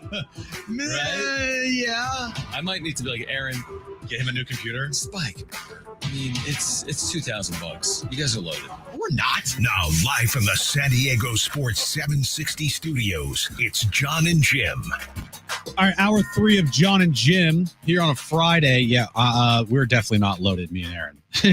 Not even close. But anyway, hour 3 of John and Jim, me and Brent, taking you to 6 o'clock tonight. The Sean Lewis Coaches Show is at 6 p.m., so make sure you stay tuned for that. We also have NFL football in about an hour in Brazil. That's going to be fun. I'm interested to see what it looks like on YouTube. So that'll be cool. The NFL, they're trying to take over everything. I'm really happy about the YouTube stuff. I'm happy about the YouTube stuff as well. The only thing that I'm not happy about is that because the game will start during the show, I can't have it on one of these televisions, but beggars can't be choosers. And again, go home, just turn on YouTube on my television and then watch the game. But can't wait for that. And then we have a full slate of NFL games this weekend. We'll get into all of those matchups later in the show. But right now, Brent, let's get to it. It's time for the wrap. Presented by Sombrero Mexican Food. Check out their website at sombreromex.com. Should Luis Ariz be on the bench versus lefties for the rest of the season? Yes. Now, I don't obviously know, and nobody knows how many lefties they're going to face the rest of the year. But when there is a lefty on the mound, Luis Ariz, for the best optimal lineup, shouldn't be in it. Plain and simple. When there's a righty on the mound, absolutely. Luis Ariz, you're in the lineup. But when there's a lefty, no, can't have it. Sorry.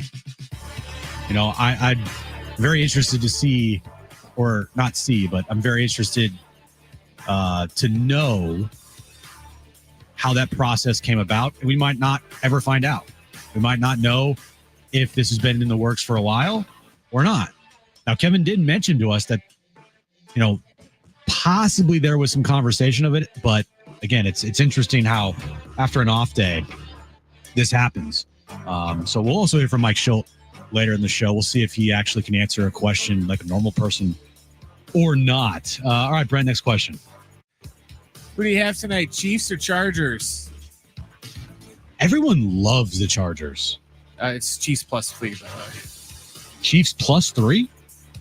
Yeah, or -3, I should. Okay, I was going to say, wow. Yeah, Chiefs are favored by 3. Yeah, Chiefs -3.5. Oh, it went up a half. Yeah, it's -3.5 right now. I was going to say, wow, Chargers are favored by 3? Oh. But the Chiefs are favored by 3.5. Games in Brazil, Sao Paulo, and I have to take the Chiefs. I just,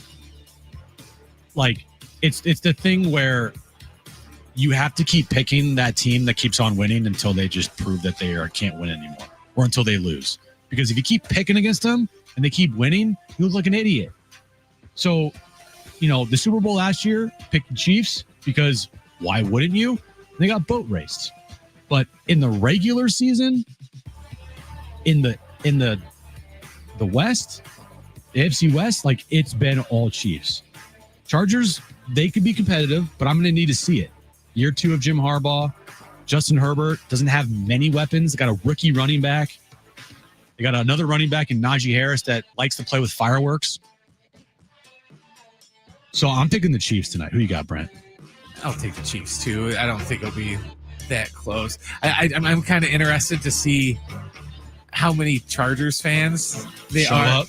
Well, no, that they have in Brazil because look at people's jerseys to make it look like more. There's the running joke, that they don't really have any fans, but all these teams that don't have any fans when they go across seas, nobody likes the Jaguars, but they go to England and they're like, we love the Jaguars. Right. So I think it would be funny if home games here in the States, the Chargers can't get any fans, but then they go to San Paulo and they're going to be the most popular team in the NFL. Bunch of Charger fans in San Paulo. Wow.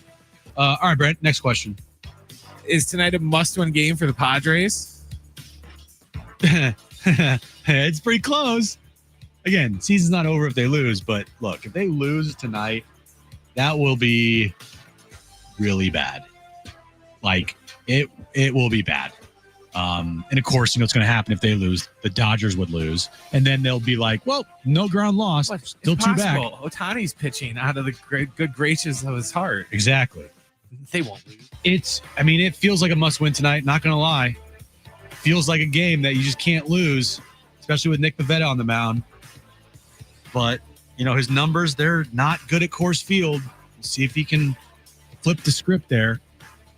But it does feel like this game tonight, the Padres, like you have to win. You can't lose tonight. Coming off getting swept by one of the worst teams in baseball, to then potentially, if you lose tonight to the worst team in baseball, can't even imagine what the chat would be like for the wrap-up show later tonight. Oh God, social media would lose their mind. Padres fans would lose their mind. It just would not be good. And I'm sure if they lost tonight, I would put I'd put a good amount of money down on the prop bet of Mike Schilt 100% yelling at Kevin Acee. Like that would hit if they lost tonight. All right, Brent, final question. If they lose, Kevin's just be like, anyone else want to go first? Yeah, I don't want to say anything, guys. I'll go second. Schilt's going to be all butthurt. I can't do this. Who's your Super Bowl matchup this year? I think the easy answer is Bills Eagles, right? That's the easiest matchup to go with, which I'm seeing a lot of. But when you look here, I mean, the NFC, it's hard to not take the Eagles, right? I mean, they're the only team I can even think of in the NFC that would have a shot, because I think Green Bay is going to be overrated. We know you're not taking Green Bay. We know that you're probably not taking the Lions, and you wouldn't take the Bears either. No, I wouldn't take the Bears. Detroit, their whole thing is, I want to see how much they're going to miss all those coaches they lost. They lost a lot of how much coordinators. How much of that was Dan Campbell, and how much of it was his assistants? That's what I'm interested in before I pick Detroit, because I want to see if they're the same team just with different coordinators, or were the coordinators really the big difference? Mm-hmm. And look, what you got? And AFC, I think this year's got to be the year that either Josh Allen finally breaks through, or Ravens finally break through. I think that one of them, I think we're finally going to not have the Chiefs in the Super Bowl this year. I think it'll be either the Bills or the Ravens. Yeah, I'll go with my Super Bowl matchup before the start of this season. I'll go Baltimore and Philadelphia. I think that Buffalo-Baltimore on Sunday Night Football this weekend could be an AFC championship preview. We'll see. Kansas City, I know that they lost one game that mattered all last year, and that was the Super Bowl. But they're missing a lot of weapons. Rashee Rice, he's out. Travis Kelce is about to retire and go live a life with Taylor Swift. Patrick Mahomes did not have a good season last year at all. I need to see it from the Chiefs, because it's easy to be like, oh yeah, Chiefs are going to win the division again and be in the AFC title game like they've, been for the last, 5 straight seasons or 6 straight seasons or whatever it is. But again, at some point, they're not going to be in the AFC title game. There's going to be years, even with Tom Brady, he wasn't always in the AFC title game. There are going to be years when they don't make it. Now, I still think they're a good team. They obviously have one of the best quarterbacks in the league. But I'm sorry, Patrick Mahomes isn't as good as he used to be. Well, and I think their division's getting better too, because Denver's improved a lot the last couple seasons. I think their division could be the best in the NFL. Well, there's even some people that are picking the Broncos to win the division. A lot of people are picking the Broncos. Everyone loves the Broncos this year. Broncos, you could argue on paper, have the best defense in the league. We'll see how it plays out in real time on the field. But look, I think the AFC West with Denver, Kansas City, an improved Raider team with actually a competent head coach now in Pete Carroll, and a Chargers team with Jim Harbaugh. I mean, that is a gauntlet division of coaches. Sean Payton, Andy Reid, Jim Harbaugh, and Pete Carroll. It doesn't get much better than that. Like, find me a division with better coaches up and down the division than that. I mean, the NFC West, you have Shanahan and McVay, but in Seattle, first-time head coach, and Arizona, coach that hasn't really done anything yet there. The NFC North has some good coaches with LaFleur, Dan Campbell. We'll see what Ben Johnson does in Chicago. But man, it does look like the AFC West could become a gauntlet this year, and that's why I can't just sit here and be like, "Yeah, Chiefs are going to just roll the division. They're going to be 15-1 or 15-2, whatever." I think the Chiefs are going to have a tough time. And Patrick Mahomes, don't get me wrong, he's a Hall of Famer. He's a first ballot Hall of Famer. But I mean, you look at his numbers over the last couple of years here, Brent. It's not like these gaudy numbers that everyone thinks he's had. I mean, his last 2 seasons, 27 touchdowns, 14 interceptions, 26 touchdowns, 11 interceptions. Both seasons, 67% completion percentage, quarterback ratings in the 90s. Again, he is a great quarterback, but he's not putting up gaudy numbers like he used to. The 50 touchdown, the 38 touchdowns, the 41 touchdowns. And it's because his weapons aren't as good as they used to be. Well, a lot of it too, I think, is, when he first came out, he had that Tyreek Hill just deep ball, that he could go to almost. Dude, he had so many weapons and a better Travis Kelce, closer to his prime. Once teams kind of got some footage on it, though, they kind of were like, okay, we're not going to let them beat us like that. We're just going to sit back in deep coverage so they can't, throw over the top with the deep ball, and we're going to make them just throw a bunch of short little passes. And I don't say struggle because he still puts up good numbers, but he didn't put up the big numbers like he was doing because they took the deep ball away from him, and they just made him nickel and dime him all the way down the field. Mm-hmm. All right, coming up next, if you missed our conversation yesterday with San Diego Wave player Kira Carusa, she joined us in studio to get you ready for Alex Morgan's jersey retirement on Sunday at Snapdragon Stadium. If you missed that conversation, you heard that coming up next. And also, I need to spend an entire segment on Christian McCaffrey. Just humor me at the bottom of the hour here. All that coming up next on John and Jim on San Diego Sports 760 and live on the iHeartRadio app.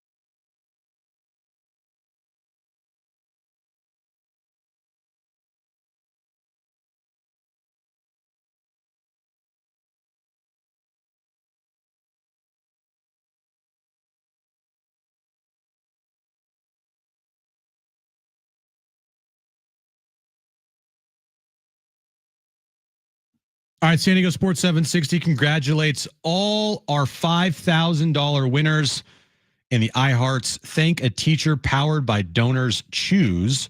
There's still time for you to nominate a public school teacher making a difference, and maybe they'll be one of our next winners of $5,000 or more for their classroom work. Help us say thank you to the educators shaping our future. Nominate your favorite teacher now at iHeartRadio.com/teachers. All right. Yesterday afternoon, we had a very special guest in studio, Kira Carusa. She is a player on the San Diego Wave. She wears number 19 for Tony Gwynn. She was in studio, and she was getting us ready for a special Sunday night at Snapdragon Stadium where Alex Morgan's number 13 will be retired by the San Diego Wave. Here's our conversation yesterday. It started with what's going to happen and how they're looking forward to Sunday night.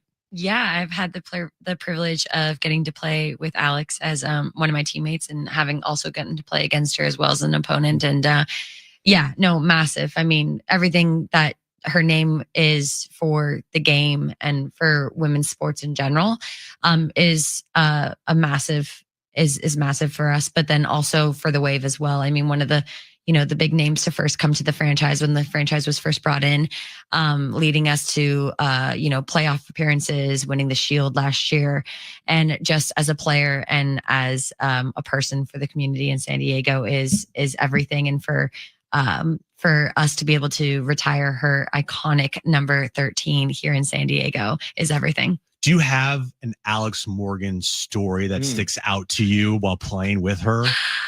Wow, do I have an Alex Morgan story? Okay, okay. You know what? I do what comes to mind, as do many. But I do think about when we won the Shield last year. We won against Louisville at home. 2 seasons ago, when we won the Shield. We won against Louisville at home, and she scored a goal in that game, one of our title clinching goals, and it was just like a phenomenal. Like as a 9, like we play the same position. And so as a 9, like you're just sitting there and you're just clapping your hands because you're just like, that is just the kind of goal you want to be scoring. But then also for that to be at home in Snapdragon to clinch the Shield and then to celebrate that as a team on the field afterwards. I mean, what person but Alex to be able to do that? Right. Yeah, it's a storybook. I mean, Yeah. Her career kind of feels like a storybook. And Exactly. and Yeah. celebrating it this weekend is going to be phenomenal. Yeah. So tickets are available right now for Sunday. Tickets moving fast, SanDiegoWaveFC.com. Now we also have Megan with us here in studio. Tell us about what's going on, Megan. This leading up to this event, there's a lot of celebration going on this week with the Alex Morgan jersey retirement night. What's going on this week in San Diego? Lots going on. So we'll start with tomorrow, actually, is a huge event that I want to encourage fans to come out to at Mike Hess Brewery in North Park.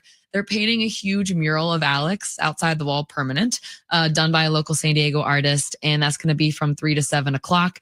And one of the coolest things that I think we're doing, we built these giant number 13 numbers that are wrapped in her iconic pink pre-wrap that she was famously known for. And fans are encouraged to either bring written letters or there'll be paper and pen there for them to write letters to Alex that are going to be pinned in these giant numbers. And these numbers are going to be transported to Snapdragon on Saturday for another pop-up event. The merch store is going to be open. Really cool Alex-only merchandise available with these giant numbers. And then, of course, Sunday is the big party. 2 p.m.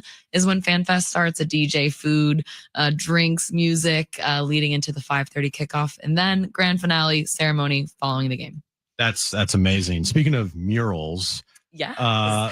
you have a mural. Yes, and I mean, there's murals all over town, but to have a mural of yourself, that must have been a pretty cool experience. Well, what did that feel like to you when you found out that you were getting a mural and then seeing it for the first time? Yeah. What was that experience like? Well, I mean, I must say, seeing yourself painted on the side of a building can be a very extreme experience. I mean, it's everything. I mean, being from San Diego and getting to play and represent San Diego on this stage, but also get to impact my community in the ways in which, I've been able to and had those opportunities. It means everything that, the community has embraced me in the same capacity, in the same way. And to have something like that put up for yourself is just, it's wild. But what I think the thing I have the most pride in is that it's something I share and celebrate with every single person who led me to where I am. I mean, I wouldn't be here without the scaffolding and the resources that, my community and my family, my friends, like my softball coaches, my sister's best friends' parents who like watched me grow up. People you run into the grocery store and they go like, "Oh my gosh, Kira." So like that is something that I share that with them just as much as I like and take pride in myself. But it was awesome, and it's really cool to know that your hometown, loves you like that. Now, when you saw the mural for the first time, you're like, "Wow, that looks exactly like me." Like, Yeah, of course. No, actually, I mean, our muralist, phenomenal work. I mean, he's done murals around the city for other San Diego players, but also for Padres and stuff like that. Yeah. And again, I couldn't thank him enough for really the effort and the work and the detail that he put into it, and the way he even added a little shamrock on it, a little clover for since I'm Irish American, I represent the Republic of Ireland as well. And I sent that to my granddie, who's my Irish grandmother up in San Francisco, and I was like, that is something that is so special. Like that means everything to me and to my family. So thank you. that's awesome. Yeah. Kira Caruso with us in studio. Again, a forward for the Wave. We have Megan O'Keefe with us as well, Director of Communications for the Wave. Again, San Diego Wave taking on Houston this weekend, Sunday at 5:30. Tickets are available right now, moving fast, SanDiegoWaveFC.com. Kira, you mentioned the fact that you're out of San Diego, Del Norte. Yeah, Del Norte. I mean, is it kind of surreal? Like when you're growing up, you're not thinking about playing professional soccer necessarily in the city of San Diego, and then you have this opportunity for multiple years. I mean, is it a pinch me type experience being here in San Diego playing professionally? Absolutely. I think the most surreal experience is when I'm like back. I'm still close with a few of my teachers there and some of the admin. And if I run into them, if I go and do work at Del Norte, like I'll do some, or even at my like old middle school, I went to Oak Valley. And you're suddenly talking to these teachers who in these classrooms that you were in, and you're thinking like, wow, like the kids in these seats that was me in those seats. Maybe not at the time getting to see a woman or someone who looked like me in this position. And now they get to look at me as someone like who, is like them in this position, and knowing that like it's something that they can do, which is everything to me. So like, yeah, it's quite surreal. Talking about what you guys done this year on the field, how has this season been so far, and the keys to your success this year? Can you just talk about that and looking forward here for the rest of the season? Yeah, I think that coming into this season, we internally had a lot of high expectations, and externally we said people, and there will be variables, and people will say what they want to say. They'll take power rankings based on reflections of XYZ, but internally we knew with the culture, with the players, with the mentality, with the way in which we play football in San Diego, that was what we always were going to stand on and always stand behind and always believe in. And I think that especially in the women's game, that is a really special X factor to teams. And you can see in our performance and the way in which we represent the Wave, that's something that we've really stuck to, tried and true, regardless of where we were in the season or what was said about us. So really, really happy to see where we are. I mean, we're in playoff contention right now. We're competing for the league, and that's everything we want to be in. Megan, one more time for our listeners. Again, this weekend, Alex Morgan Jersey Retirement Night. Sunday, again, tickets at SanDiegoWaveFC.com. What do you want our listeners to know about what's going on this weekend? I think it's just going to be a historic event. We got to celebrate her last year, with it being the last time she was playing on the pitch. But this is a match for fans to feel a part of it. They get to write a letter to her, and there's going to be a party beforehand. And just to be that close to an icon, someone who has changed this sport on and off the field, it's an event you'll never forget. All right, SanDiegoWaveFC.com. All right, so yeah, Sunday is going to be a very special day at Snapdragon Stadium. Alex Morgan getting her number retired there. So if you want to go, pick up tickets right now. All right, coming up next, just humor me for like 12 minutes because it's deja vu all over again for the 49ers and Christian McCaffrey. We'll talk about a disaster brewing in the Bay Area. All that coming up next. And Kevin Acey joining us at 5 right here on San Diego Sports 760 and live on the iHeartRadio app.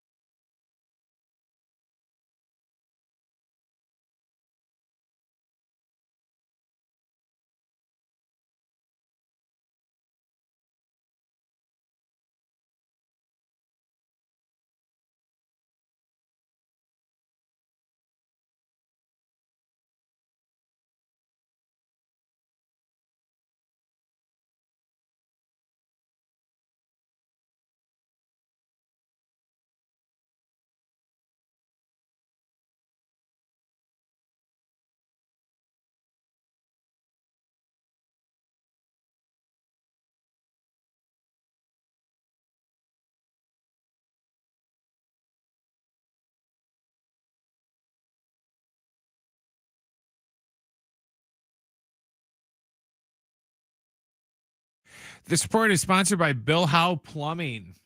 The Padres are back at it tonight, starting a set against the Rockies in Colorado. It's going to be Nick Pivetta on the hill for the Padres and Kyle Freeland pitching for the Rockies.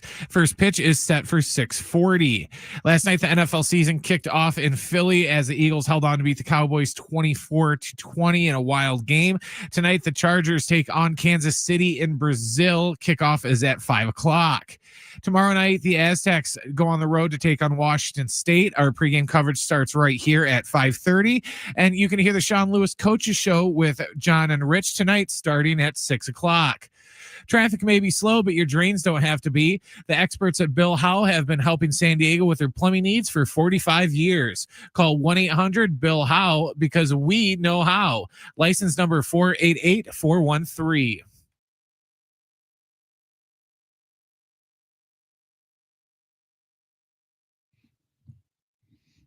All right, back here on John and Jim, about 26 minutes away from kickoff in Brazil between the Chiefs and the Chargers. And week one kicks off on Sunday officially. I mean, I know the official start was last night, but like the full slate of games on Sunday afternoon. My 49ers up in Seattle taking on the Seahawks, and their season's officially over. It hasn't even started yet. It's over. So Chris McCaffrey, who dealt with bilateral Achilles tendonitis last year.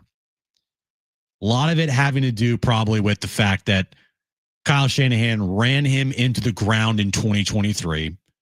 Now, again, what is he supposed to do? He was their best player or one of their best players, and he helped lead him to a Super Bowl. So, of course, you're going to give the guy as many touches as possible.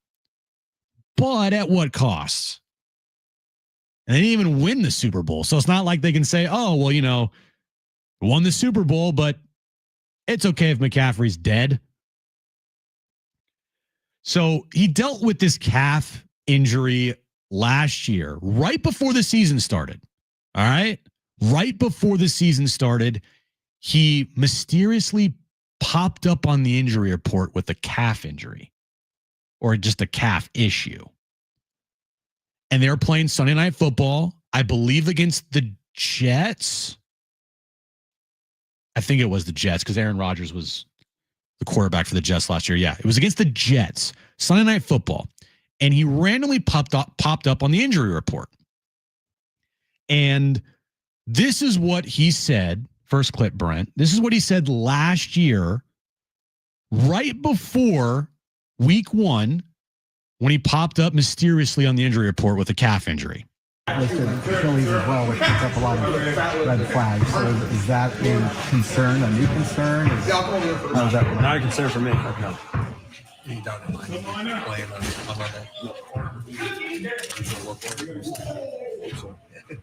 This is something there where you sat out maybe practice longer than you would have during season or something. As a precaution or every day presents new challenges. You know, it's just, you got to do what you got to do.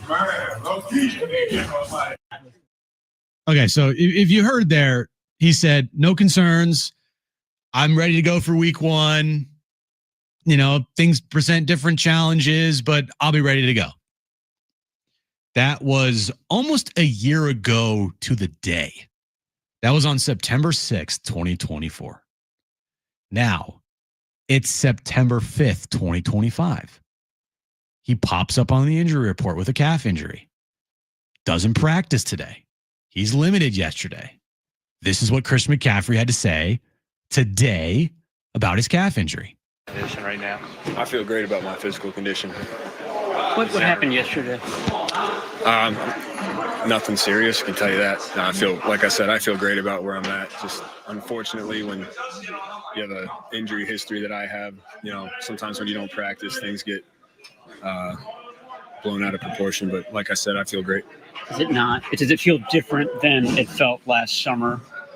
Yeah, I mean, I've forgotten about last year. Forgot about the year before that. The year before that, you know, I'm focused on this week and playing Seattle on Sunday. Christian, just kind of thing in practice where you felt something and you just want to be real cautious with it. Is that kind of what happened? Yeah, I'm not supposed to go into anything that happened, but as I felt like it was a smart thing to do to not finish the practice because I've been there before and I've been my own worst enemy in situations like that, and I was proud of myself for not doing that again. And like I said, I went through a whole training camp, feel great right where I'm at. The artificial turf is not kind to some players' lower bodies. Is that going to factor into the decision the next 2 weeks also? No, I don't think so. Yeah, I mean, playing on it once every, twice in 14 days should be all right. Do you plan to play on Sunday? I always plan to play. Hell yeah. Yeah, he's done. It's one of those things where it's like, I'll believe it when I see it. Said the exact same thing last year. I'm seeing a lot of reports like, oh, Chris McCaffrey on his calf Achilles injury. Not a concern for me at all. That was in 2024 before the start of the season. 2025, Achilles calf injury. I feel great. I'm focused on playing on Sunday. Deja vu. It's deja vu. And I'm sorry. If you drafted Christian McCaffrey in your fantasy drafts, which I stupidly did, I'm such an idiot. I am an idiot.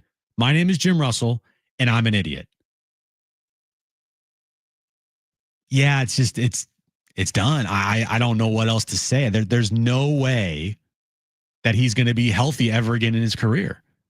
This is an injury that will pop up for the rest of his career. We'll probably never see a healthy Christian McCaffrey ever again. The 2023 season, he was phenomenal. Deservedly was the offensive player of the year. Amazing. But it came at a price. And the price was he'll never, ever, ever be the same ever again. It's just facts. There's no way he's going to be 100%. This thing will pop up for the rest of his career. I guarantee you he misses time this year, Brent. There's no way he doesn't. I would be shocked if he plays every game. And by the way, if he gets over 300 touches, no chance. None. That's why I like, oh no, I feel great. Not great enough to practice or play, but I feel great. I feel great. I won't play, but I feel great. Well, and the other thing that stuck out to me is that makes me think it's worse than what he's letting on is when he said this. Yeah, I'm not supposed to go into anything that happened, but yeah, I'm not supposed to talk about, my injury at all. But no, it's cool. There's no injury. I'm great. Yeah, dude, we know what's happening here. Kyle Shanahan said today he's questionable, and then he backed it up with questionable concern. Bro, what? My guess right now, if I were a betting man, which I'm not, he doesn't play on Sunday. They play at 10 or 1. They play at 1 because they're up in Seattle. I would bet money right now. If I had to bet, my best bet is he does not play on Sunday. I bet he doesn't play, but they won't tell anybody until it will be just like last year. 2. Yeah. Just like last year. What happened last year is going into Sunday Night Football, Christian McCaffrey said exactly what he said today. Last year at this time, he's ready to go. He feels great, blah, blah, blah. And then 30 minutes or right as you needed to put in your designated players that are going to be missing that game, Chris McCaffrey showed up on the injury report and everyone's like, excuse me? And then he proceeded to miss 2.5 months. And then when he came back, he broke his knee in Buffalo. So yeah, if you drafted Christian McCaffrey, you don't have to be a 49ers fan, but a lot of people out there have Christian McCaffrey on their fantasy team. I'll raise my hand. I'm an idiot. I didn't draft him first overall for my draft. In my first round, I picked him in my second round because he was there and I was like, you know what, screw it. But that's my mistake. My bad. I'm to blame for this. I'm sorry for all Christian McCaffrey fantasy owners out there and any 49ers fan listening. You should know better. Because I should know better. I absolutely should. You never draft one of your players or on your favorite team, or you don't draft a guy with injury concern. And what is Christian McCaffrey? Injury concern. So yeah, this 49ers season probably over.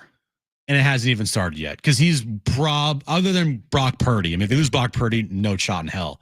But Christian McCaffrey, you could argue he's either their most important or second most important player on their team. They lose him, even though they have a soft schedule, pretty much cooked.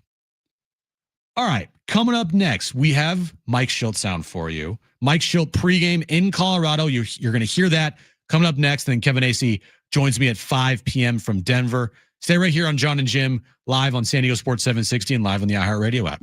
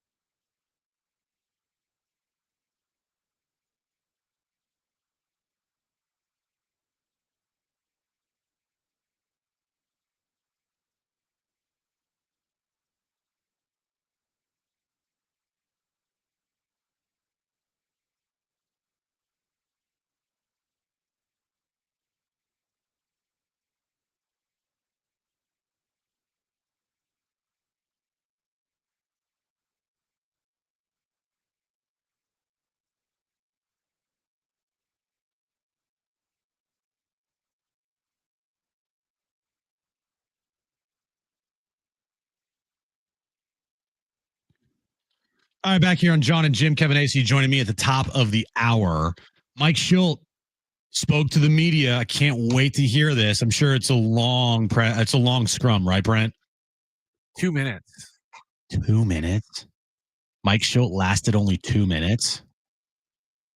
All right, let's hear what Mike Schilt had to say. Don't know about the timeline, but he had a really good day yesterday through a game in Arizona. Pause this. They call it bridge camp.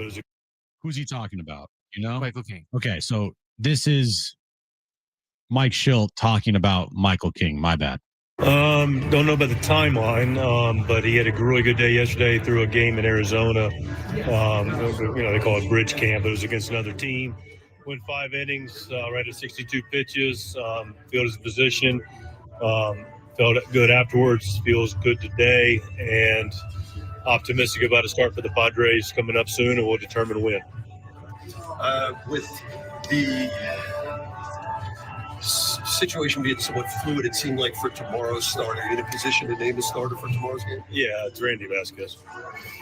Any other corresponding moves or moves in any way that we should know about? I don't know if it's been announced yet. I don't know if I have the clout to announce a roster move. It's out of my pay grade. But Nestor Cortez is going on the IL with some tendonitis. Yeah, we got Marinaccio back. The tendonitis, can you be any more specific as to other subdivisions, the throwing arm, but can you dial that in? Elbow. Left elbow. Correct. Related to what he was dealing with earlier at all? I think, he's been a little ouchy all year, so, a little bit more than normal. It's back.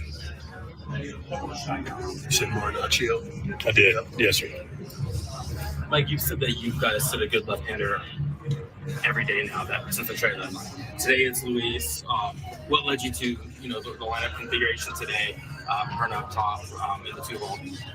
I've always played a lot this year. A couple things, not the primary one, but the way things lined up was he was able to get an extra day after an off day, so it's 2 full days for him. O'Hearn and Sheets have been really good against lefties. We got a lefty on their side today, and that's the highlights of it. Coors Field play in a part of too, like it's the place that rewards slog and they slog. It's a part, but we take Louis anywhere. Okay, so first thing, he dropped a little ouchie when talking about Nestor Cortez, which is amazing. You're watching us on YouTube. You saw my reaction. You didn't see Brent's, but both of us go, "Oh my gosh!" He dropped a little ouchie. You have it, Brent? He's been a little ouchie all year, so he's been a little ouchie all year. Oh my gosh! Oh, Mike Schilt, dude is. He could be talking about Christian McCaffrey. He's been a little ouchie all year, so you know what, Brent? Too soon. Okay, so little ouchie, dropped little ouchie. Then how he started that, like he did not sound particularly confident with Michael King returning anytime soon. Like this potentially could become a huge story here if Michael King doesn't make his next start with the Padres up at the big leagues against the Reds next week. Can I hear what he said? What he had to say about Michael King again? Because I feel like he's still kind of beating around the bush here.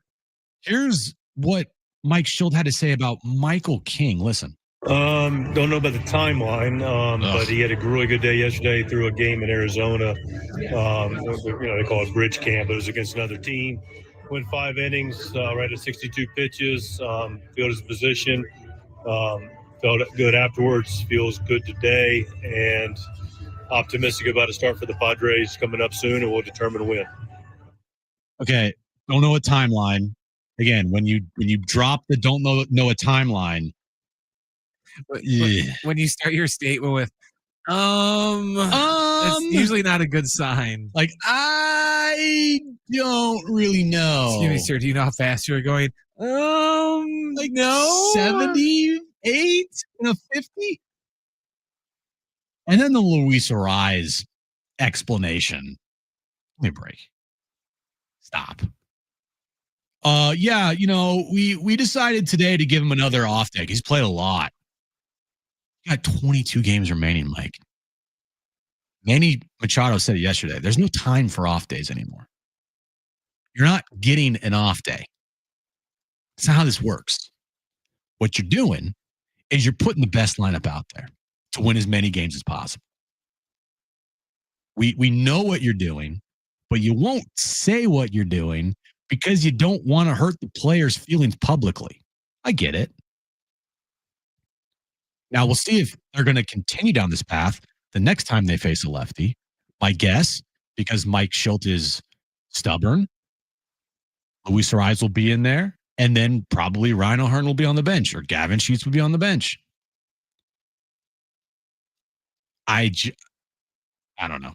I can't wait to talk to Kevin about this because I after an off day, you're giving him an off day against a lefty, and your excuse for it, or at least your reasoning for it, is, well, he's played a lot this year. Okay, so who cares?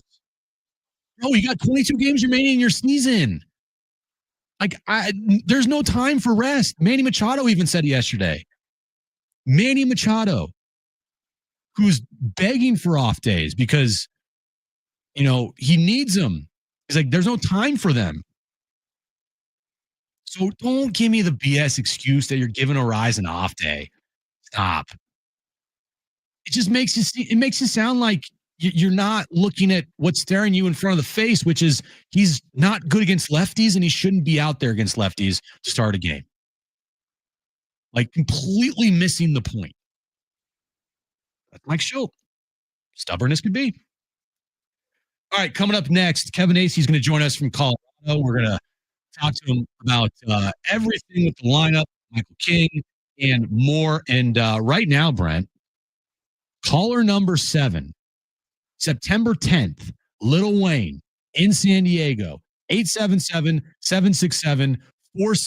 If you want a pair of tickets to see Lil Wayne on September 10th here in San Diego, all you got to do is be caller number 7, 877-767-4760. Kevin Acee coming up next right here on John and Jim on San Diego Sports 760, live on the iHeartRadio app.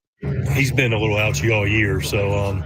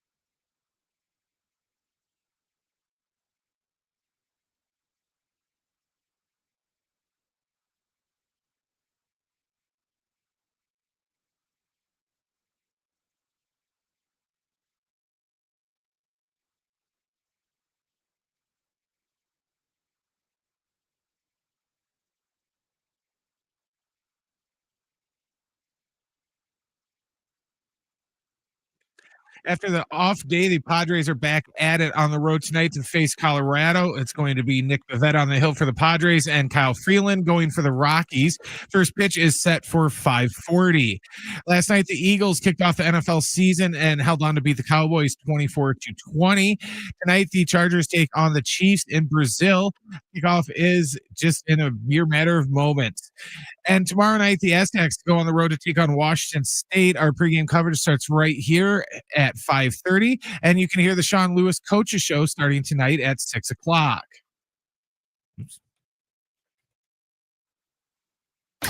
Your favorite pair, John and Jim. The number But I of can't. computer issues that Jim has experienced since I've known him. He spent a year without internet. We did an internet show.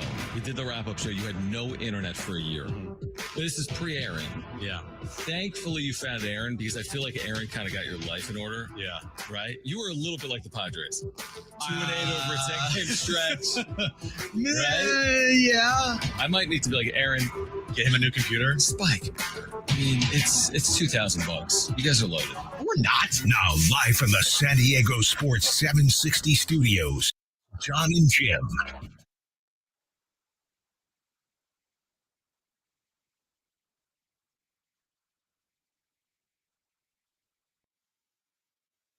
All right, final hour of John and Jim here on a Friday. Kevin Acey joining us from Denver. Kevin, great for you to join us once again. Just me today. It's just me today. Oh, Colorado, my bad. I don't know the map very well, Kevin. So wherever you are. So all right, let's get to it. Luis Ariz, he's not in the lineup tonight. No, lefty on the mound, off day yesterday. What's going on here? Is this going to be a situation where they don't have him in the lineup versus a lefty for the rest of the season, or is this just a one-off that they give him an off day, like Mike Schultz said? I think it's probably an off day. So this is something that I talked to a couple people about, and no one told me it was going to happen. But this was like a possibility. I'm like, well, I guess if you want to, we're talking about fitting all the lefties in, right? Mm-hmm. I guess if you want to, you keep a rise out against lefties. But last time they did, O'Hearn, is that right? I guess lefty was out against a lefty. Yeah. So I feel like this is an alternating thing. I do. I don't see him going away from his. I don't want him to come off as sarcastic at all. Like into a rise, his belief in a rise. The fact that Ariz does, get a lot of hits. I mean, I don't see this as a regular thing. Though we're getting awful close to the point where, like, your best lineup, and now Schultz will say his best lineup's in there every day, but like, where your best lineup is the one that you go with. So who knows what's going to happen the rest of the season? Yeah, and the thing here is going forward. It's all about winning as many games as possible. And I feel like Mike Schultz, he's so like, these are my guys and we have to do it a certain way. Is he capable of, I guess, leaning into, hey, we need to do this because we need to win, and enough about maybe, these are my guys. Like, this is the best option to go forward. Is he capable of doing that? I want to say yes, because like he has done it, but you're on kind of like, I think the right path is he hasn't had to do it with someone of this stature. Like, oh, do we lose you? I think we lost you, Kevin. Right, to see if you can get back on the line. Kevin's phone strikes again. He was onto something really good there. He's onto something really good. We'll see if we can get Kevin back on the line. We have him. We have him. All right, Kevin. You were onto something really good. Start where you started again because we couldn't hear you. Yeah.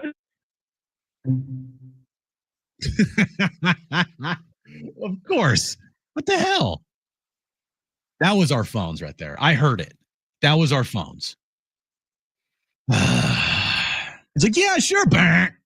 Sniper. Pew, pew, pew. We'll try to get Kevin back. We need to talk to Kevin about this. Look, it's becoming more clear. I think this is Kevin's tone is like, all right, the severity of moving guys out of the lineup of Luis Ariza's stature for the betterment of the team feels like it could be upon us, but it also could just feel like Mike Schultz giving them an off day today. But I mean, it's just so interesting how, it happens to be against a lefty. Like, what? Of course it's against the lefty. And of course it's going to bring up these questions. Why wouldn't it? All right, do we have Kevin back? All right, let's try this again. Kevin. I guess you have me back. I'm sorry. I have no idea what's happening. I'm blaming our phones always. Schultz has won a lot with his guys, and so he's never had to be at this place where you're talking about. Like, I would say that he has made changes, like that he has, but it hasn't been with one of the quote unquote core guys, like that you're now talking about him possibly moving out of there. Like, I can make an argument a lot of ways. I can make an argument for Luis Ariz being a part of this lineup on a regular basis. I don't know about the 2 spot, but I can make that argument. I can also make that argument that no, you know what, Ryan O'Hearn plays superior first base, so I'm not sure, like, and he's provides you power, and he really has been on base more than Luis Ariz, so I'm not sure where you would have an argument for Ariz. Like, I can go a lot of different ways on this. I'm trained. I think it's more or less like waiting for Mike Schultz to maybe take some chances and to switch things up and not be afraid to switch things up, because going into a postseason run here, Kevin, as you know, you can't just be status quo with everything and hope everything turns out. Like, if something's not working, you have to be quick to act and you have to make changes on the fly. And so it's kind of, that's where I'm sitting with my, like, is he capable of doing that for a postseason run where you got to make some changes? And a lot of times Mike Schultz says, this is how we've done things all year long, so we're going to continue to do it. Of course, it's got us to this point, but you can't always do those things. Would you agree? When you have other options, and it appears that they have other options now, because I'm a big guy on just because you make changes or don't make changes doesn't mean it was wrong or right. Like, there's a lot of times where you're saying, well, if you did this, it would work out. Not you, Tim. I'm saying people, right? Like us, all of us. If you did this, it would work out. Really? How do you know that will work out? Yeah. So, like, but yes, in this instance, see, I'm not sure where in the past he was supposed to have made changes. Like this, I mean, and I could be missing something, but like this is something where you go, gosh, man, you got the options. Like, what's happening here? Why aren't you? I understand that. I do. I'm not sure the whole idea of the fact that he hasn't made changes in the past. I don't really know where he would have made changes, because he didn't have the personnel. He has the personnel, and there are legitimate questions being asked about his lineup now. All right, Kevin AC, join us here on John and Jim. Padres and Rockies in about 40 minutes, starting off a 3-game series in Colorado. Michael King, he talked about him today, Mike Schultz did, and the first thing is he didn't have a timetable for Michael King, but he did express how he did look good in his I guess rehab outing. What can you say about Michael King, and is there any new news on the status of when we might see him next? I thought it was next week. I'm confused that every time I talk to someone, it's, well, we don't really know for sure. And I really don't have anything other than that they seem assured that he's going to get like his 4 starts before the end of the season or before the postseason, and that will be enough for Michael King to be at, be confident you're going to give you 5 strong innings, which at this point would make him your number 2 starter. Right. Yeah, they just need 5 innings out of anybody at this moment in time, because right now this pitching staff is the biggest concern with this team, I would say. And you've been on this for a while now. Nestor Cortez goes on the IL. I'm putting up air quotes right now, with his tendonitis in his elbow, as Mike Schultz said. Randy Vasquez going to start tomorrow for the team. It feels like Nestor Cortez, we might have seen the last of him in a Padres uniform this year, at least. Yeah, it does seem like that. I mean, gosh, I don't exactly know why he would pitch again for him.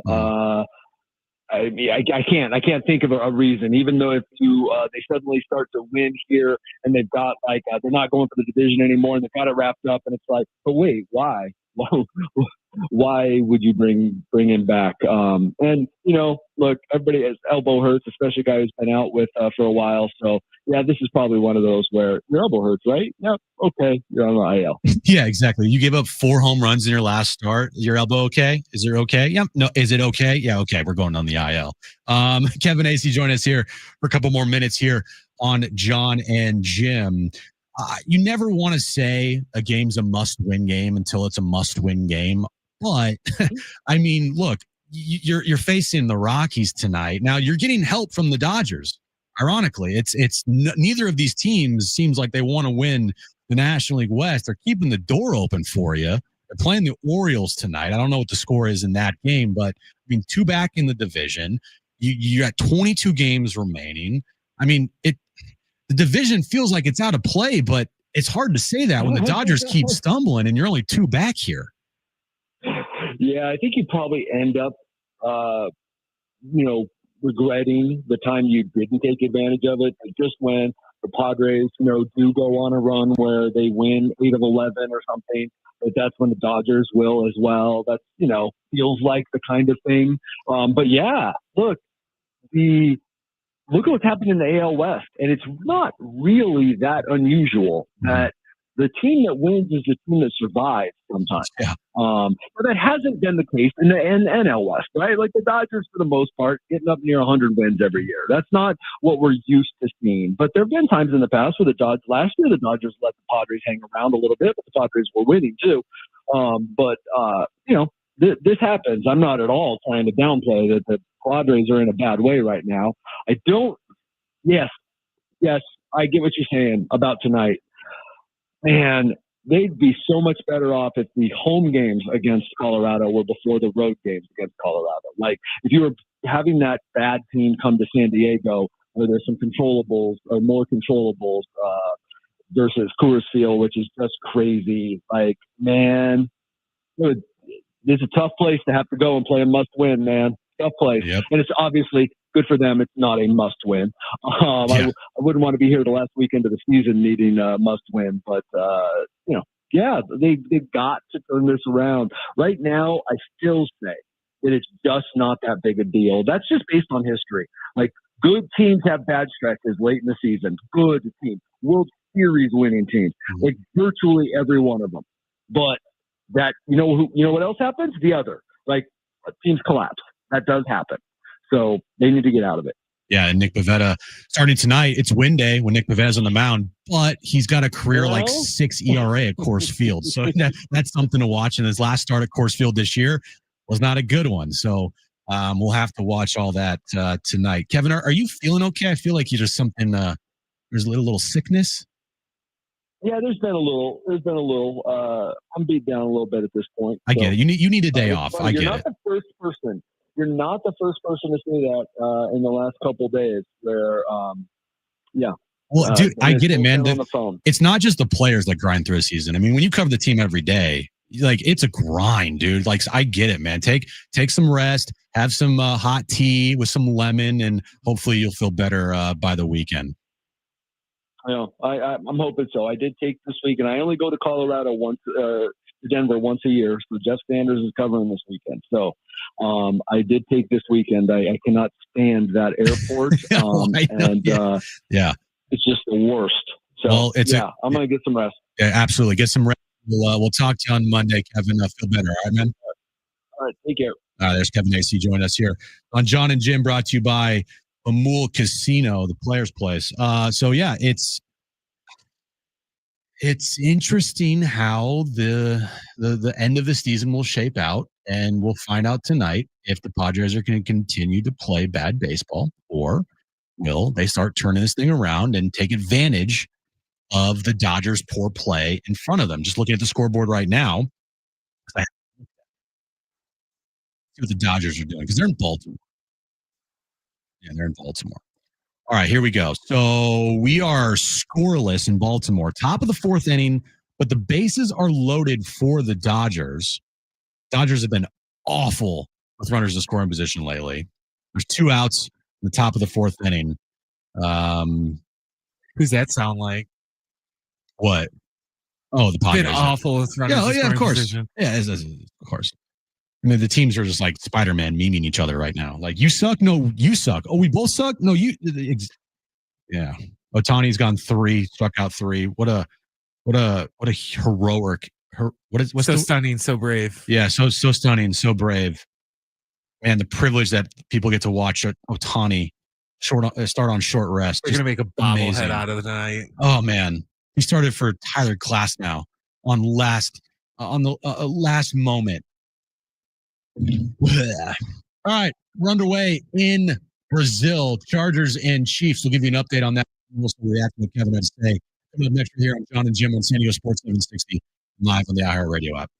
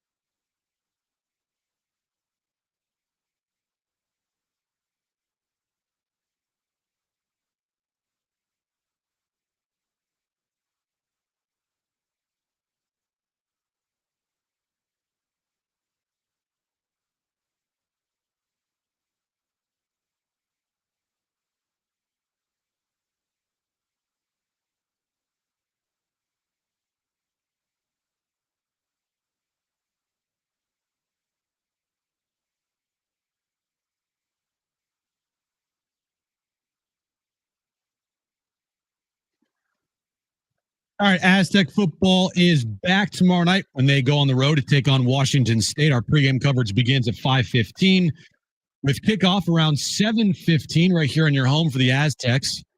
San Diego Sports 760. I'm very, very excited about tomorrow night's game. Just from the standpoint of I think that the Aztecs have a pretty good chance to go win on the road. Now, they're a 1.5 underdogs. They're a tomorrow. 1.5 underdog, which, that to me feels like a toss-up, especially when you're on the road. Oh, yeah. And, Lewis is still looking for that signature win for the program. I don't know if I could say it's a signature win, but it's a start on the road against Washington State. You win on Saturday. It's going to set up some excitement for the following week's game against Cal. And, that's what they need to do. They need to have these building block wins. And they almost had a couple last year, but they just couldn't get over. I mean, Washington State at home, that was going to be, at the time, a signature win for the program in Sean Lewis's first year as head coach. But we all know how that game played out. And they made too many mistakes and they gave up the lead. And, Washington State pulling out and winning that game here at State. And so hopefully tomorrow, the Aztecs can return the favor. So Kevin, with us last segment, some interesting things that he was alluding to, referring to Mike Schilt. There is starting.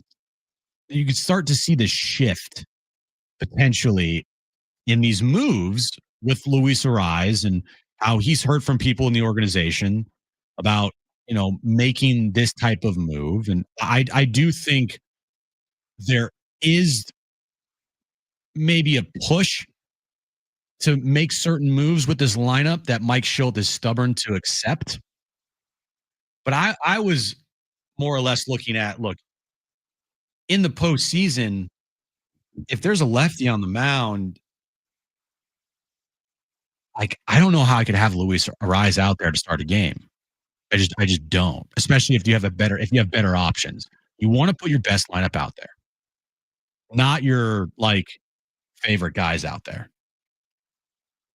And tonight, with the players that are available, this seems like it's their best lineup or one of their best, because I would probably have Freddie Fermin in there over Elias Diaz. And Xander Bogaerts isn't playing. He's hurt. I want Mason McCoy out there. Jose Iglesias, I guess. We'll see how this lineup works out tonight with Luis Ariz sitting against the lefty. Mike Schilt will tell you it's an off day. To me, it's not. They sat him because the lefty's on the mound. Update in Baltimore, Brent. We are still scoreless in the bottom of the fourth inning. Dodgers could not capitalize with the bases loaded and 2 outs. Right now, there's a runner on third with 1 out for the Orioles. So Baltimore just swept the Padres here in San Diego. Now you're rooting for the Orioles against the Dodgers in Baltimore. So we'll keep an eye on that game. Mets and Reds right now, top of the 6th inning. Mets lead the Reds 5-4. Mets only trail you by a game in the standings in the wild card race. So they're a team you have to absolutely keep an eye on. And the Giants, the surging Giants, they're up 2-0 in the first inning over the Cardinals. Giants are 71-69. They've won 9 of 10. Sorry, 10 of 11, I think it is. They're only 4 back of the Mets. And if you don't start playing well, then we're going to start saying they're only X amount of games back of you. So get your ass together and play well and beat the Rockies tonight. First pitch, about 15 minutes in Colorado. All right, coming up next, we'll give you an update on this Chiefs-Chargers game in Brazil live on YouTube. Also, my back page later this hour. Stay with us on John and Jim right here on San Diego Sports 760 and live on the iHeartRadio app.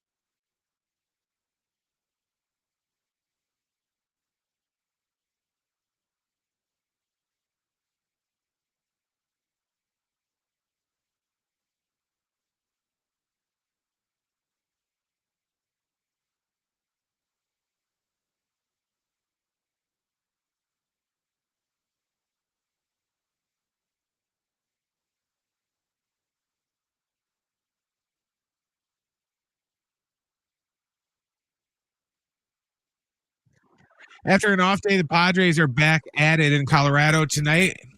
It's going to be Nick Pivetta on the hill for the Padres and Kyle Freeland going for the Rockies. First pitch is set for about 10 minutes from now. Last night, the Eagles held on to beat the Cowboys 24-20. Right now, down in Brazil, it's the Chargers taking on the Chiefs. And with about 6 minutes to go in the first quarter, it is 7-0 Chargers. Tomorrow night, the Aztecs go on the road to take on Washington State. Our pregame coverage starts at 5:30. And you can hear the Sean Lewis Coaches Show with John and Rich tonight starting at 6.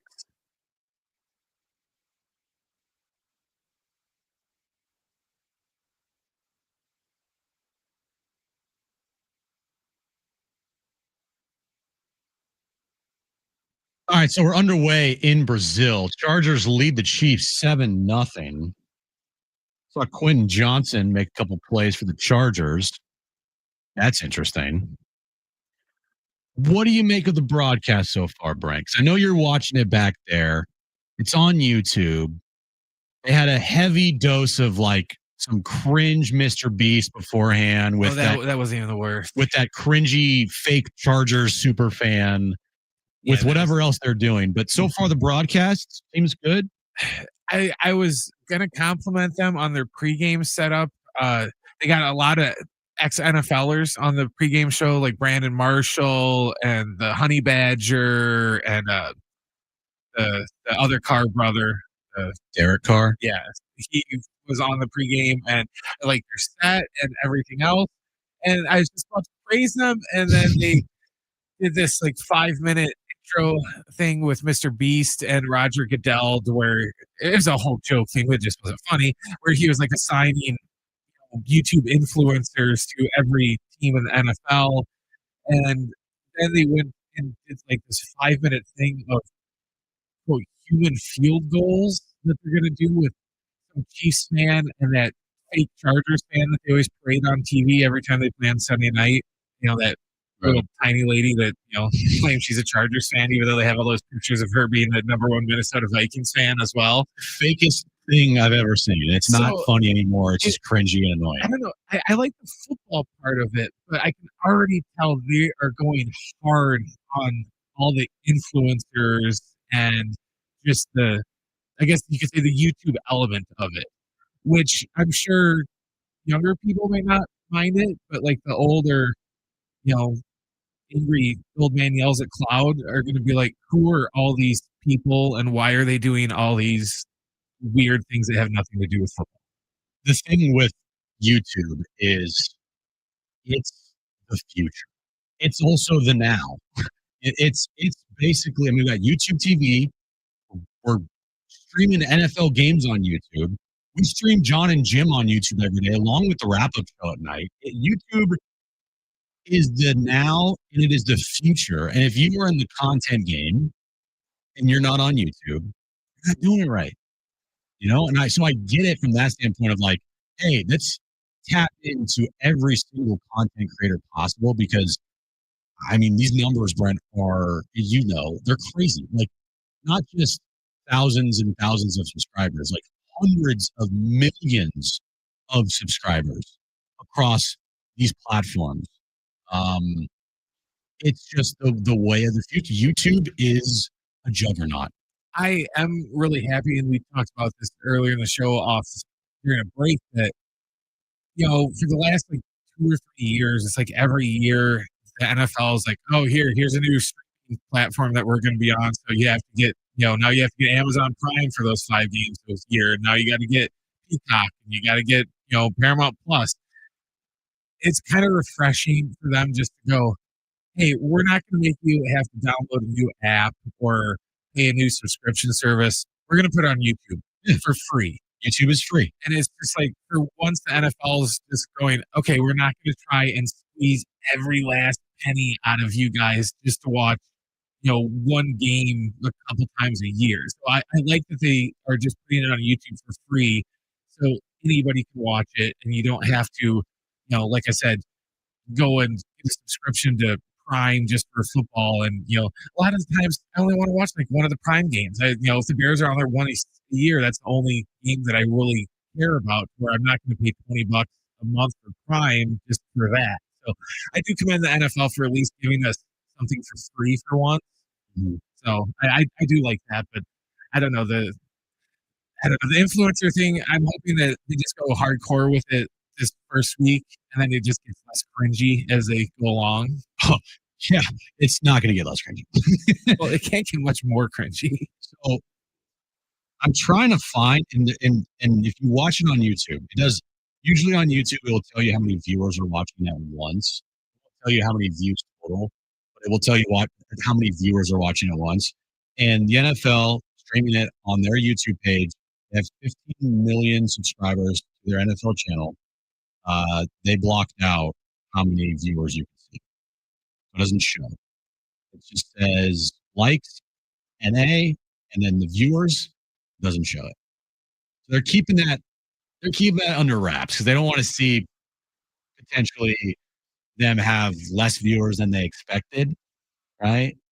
But I was curious. I wanted to see how many live viewers are watching this at once. That'd be cool to see. Like, how many thousands of people are watching this game live on YouTube right now? I'm sure we'll get a whole breakdown of those numbers tomorrow. Is it do we have 100,000? Do we have 150? Do we have less than 100? Do we have more than 200? Like, I'm curious. I was curious to see how many live viewers at once they were going to have on this broadcast. But you're right. We'll know tomorrow. They'll obviously only release the best numbers that they have.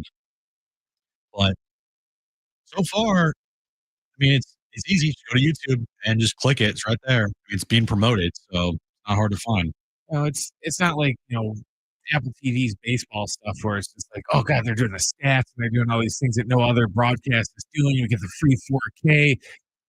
They're doing a lot of stuff that you can't really tell the difference between that or an NFL Network broadcast or NBC. It's a lot of it is the same. Like I said, it's just some fresh faces in there. Like I said, just to see Brandon Marshall and Honey Badger and just some new NFL players besides the usual. No offense, but Booger McFarland, the usual clown cars that ESPN and ABC roll out for every NFL. Exactly. I don't know if you saw this news, Brent, but the WNBA season not probably. I mean, it's over. The amount of people that will now care about the WNBA season has plummeted. Why, you ask? Well, it was announced yesterday in a very news dumpy type of way that Caitlin Clark's season is officially over because of her hamstring injury. She only played 13 games this year. And while, she didn't look particularly good in those 13 games, especially on the road. At home, she was actually really good. On the road, she was awful. But ratings were up, viewership were up, talking points were up. Like, the league was actually doing well. And then Caitlin Clark got injured, and they're SOL. Kind of doesn't really work when your entire league's built around one player. Now, it's not the WNBA's fault that their league is built. Well, actually, it is, but it's not their fault that Caitlin Clark got hurt. It's their fault that, one, they didn't embrace her like they should have embraced her last year. Two, making yourself seem like, oh, yeah, this player matters just as much as Caitlin Clark. No, Caitlin Clark matters more than any WNBA player in the league, and all of them combined. And now without her, my guess is you're going to get all-time low ratings for their playoffs, which I don't know when they start, but they start soon, I want to say. You're going to get all-time ratings low for their WNBA finals. Like, you're going to get all-time lows across the board for the regular season. My guess is they're probably not even going to announce those unless someone digs it up. I don't know if they'll get all-time lows because they never had really all-time highs in terms of ratings. So they'd have to, nobody would have to watch it all for them to get all-time lows. Well, get all-time lows compared to what they got last year and the start of this year. Is what I meant. Okay. My thing too is that, this is like the worst possible scenario for their league, especially they're trying to, get that new CBA agreement in there. And, it would have been better if Clark was in there to inflate their numbers so they could go, hey, look at our TV numbers, look at the attendance numbers. And now it's going to be like, oh yeah, they're down, but it's not our fault. It's because Caitlin got hurt, and it's like, well, that's not going to be a very good negotiating, thing because they're not going to go, oh, okay, well, she got hurt, so we'll just give you all this money. You're going to guarantee she never gets hurt again? Right, exactly. It's like, no, well, we can't do that. Now, for Caitlin, her personally, when she comes back, one, she's got to stay healthy. Two, she has to be much better on the road. She was good at home, but she has to be much better on the road. And do I think that she still could be not only, I mean, she's the face of the league, in my opinion, even though the WNBA does not want that to happen right away. They just pushing off the Caitlin Clark train. It's like, guys, jump on. You need to do it. Do I think she could become an MVP? Absolutely. Do I think she could lead her team to a WNBA finals? Absolutely. It is a little concerning that she had a full off season, and after her full off season finally, in however many years, she comes back and she has a hamstring issue that causes her to miss the entire rest of the season.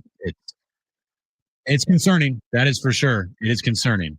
Update in Brazil. Chargers still lead the Chiefs 7-0. 3 minutes left in the first quarter. Chargers are driving. Chiefs had a couple drives that led to a couple punts. Chargers had a drive where they scored a touchdown. They're driving right now, so we'll keep you updated on that game. Looking around Major League Baseball because it's scoreboard watch season. It is scoreboard watch season. Dodgers and Orioles. That's the game I care about most right now. Still scoreless in the bottom of the fifth inning. Dodgers, they continue to struggle on offense. They have one hit through 5 in Baltimore.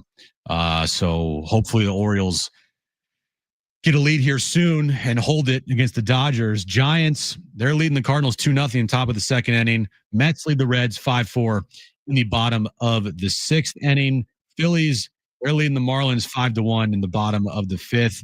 I'm not really too concerned about the Phillies anymore as far as the 2 seed goes. And then the Cubs beat the Nationals earlier today 11-5, which puts you 4.5 back of the Cubs for the 4 seed in the wild card race. So it feels like every day that passes, you're probably playing for a division or a 5 seed. Like the best possible scenarios, division or 5 seed. So we'll see what happens, but we're about to get underway in Colorado, and they actually are underway. And those are the ugliest jerseys I've ever seen in my entire life. Even the City Connect jerseys are better than what the hell the Rockies are wearing right now in Colorado. So we'll see and keep you updated on that. But coming up next, we'll wrap up the show, wrap up the week with my back page. Stay right here on John and Jim on San Diego Sports 760 and live on the iHeartRadio app.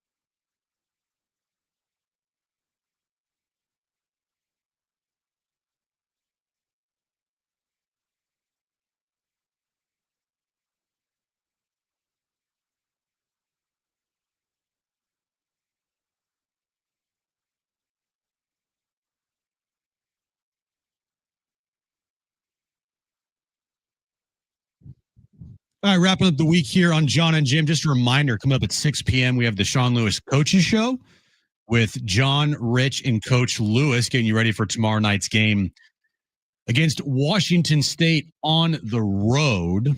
Chargers still lead the Chiefs 7-0, but they are driving right now, and they are just gashing the Chiefs defense. We're underway also in Colorado, scoreless, bottom of the second inning. Nick Pivetta taking his career 6 ERA at Coors Field for the mound tonight, so hopefully he can pitch better than he has in the past. So, yeah, we'll keep you updated on those couple games if anything happens while we're here until the top of the hour. But, Brent, let's get to it.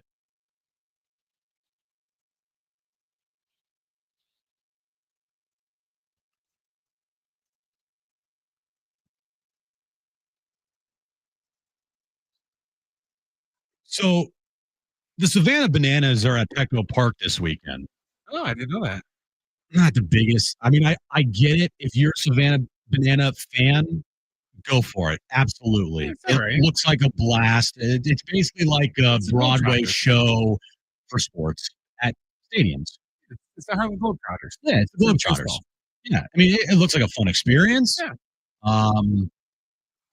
It's not particularly my thing. I'm not like going out of my way, like I got to see the Savannah Bananas. But like, look, they sell out ballparks across the country, and they're doing something right. So the Savannah Bananas are at Petco Park this weekend.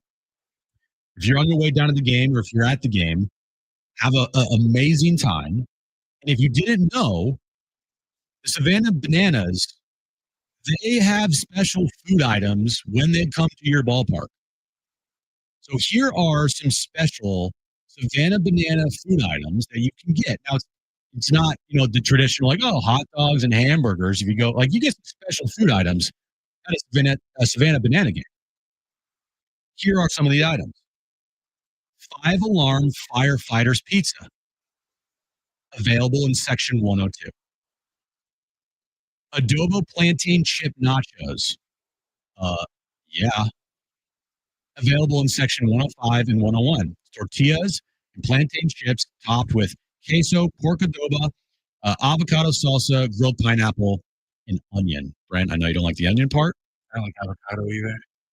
Bro. I know that's sacrilegious for the state, but yeah. You don't like no guacamole? Dude. Nope. Looks like baby poop. Oh my goodness. All right. Got to refocus here. We only got about 5 minutes left. Plantain chips with peach salsa. A banana split, available at Section 111 and 131. My guess is the banana bread pudding that's famous at Petco Park now will probably also be served because, Savannah Bananas. By the way, also, if you're noticing, there's a trend with their special food items. They have the Savannah Banana Souvenir Soda Cup, a collectible cup that you can get, show off your banana pride, available in Sections 115, 116, and the Tony Gwynn Terrace in Gallagher Square. So there's just a couple of the special food items that you can get if you go to the Savannah Bananas tonight at Petco Park. Excuse me for a second. This is also another problem doing a solo show. I don't have someone to talk while I have to cough my brains out. That's okay. That's what the button's for. Yeah, exactly. And it's also good that I don't have any water left in my cup. Great. Just great. Moving along here. So NBA 2K, or not NBA 2K, but just 2K in general, released a statement the other day saying that it's NBA 2K26 launch week. Seems like a good time to share even more incredible news about the future of basketball at 2K. Yes, it's true. We're working on a college basketball experience that will feature more than 100 programs from across the country. Now, I have to stop there. There's more than 100 programs in the country. If San Diego State's not on that list, we got some problems. All right? They say more good news. You won't have to wait that long to start seeing your favorite colleges show up at a game. We got big plans for 2027 and beyond. and even a few surprises coming in early 2026. We've proven the quality of the basketball experience we can deliver for years, and we have every intention to bring that same level of quality to college hoops. Ball over everything, 2K. That was in their special press release earlier today. I'm pumped. That's what I wanted. I didn't care when EA said they were going to do a college basketball game because their college basketball games sucked. Dude, EA can do football. They're really good at football, especially when they're motivated. And now that they have competition from themselves with college and Madden, they've actually tried to do new things instead of just put the same old thing out every year because there's some form of competition. But 2K, they put out the best basketball games. So 2K puts out some of the best. I would love a 2K NFL game. Well, they used to have one. I know they did did before EA took the rights. Give me some competition with Madden. But even their golf game is solid. I've played that before. I don't watch golf, but I'll play golf video games. That's solid. But 2K in terms of basketball, they can just give us the NBA 2K and just put a college theme and facelift on it, and it will just be awesome. Right. Okay, so finally, I'm just watching what's going on in the Padres Rockies game. 2 on, 2 out in the bottom of the first inning. Nick Pivetta, please get out of this first inning without allowing a run. Finally, the actual Darth Vader lightsaber that was used in Empire Strikes Back and Return of the Jedi sold in an auction for $3.654 million. What? It was used in The Empire Strikes Back and Return of the Jedi. The iconic prop's price reflects its rarity and its place in cinema history as the weapon of the saga's most feared villain. Yo. I think it was just a hilt, too. It wasn't even the full... Well, back then, all they used was the hilt, but then the lightsaber part was just like a stick. Well, yeah, some of them, they were like this weird fiberglass thing that would be attached, and they put the glow thing on afterward. Now they actually have the full lightsaber. They've created the actual lightsaber where you could battle, you could fight with it in the movies, and actors could actually use it instead of having it be a CGI.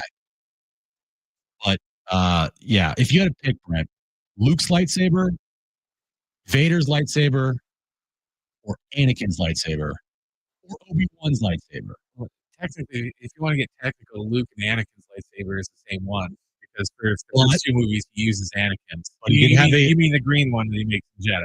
No, well, he also has a different lightsaber before he gets his hand cut off by Count Dooku in Episode 2.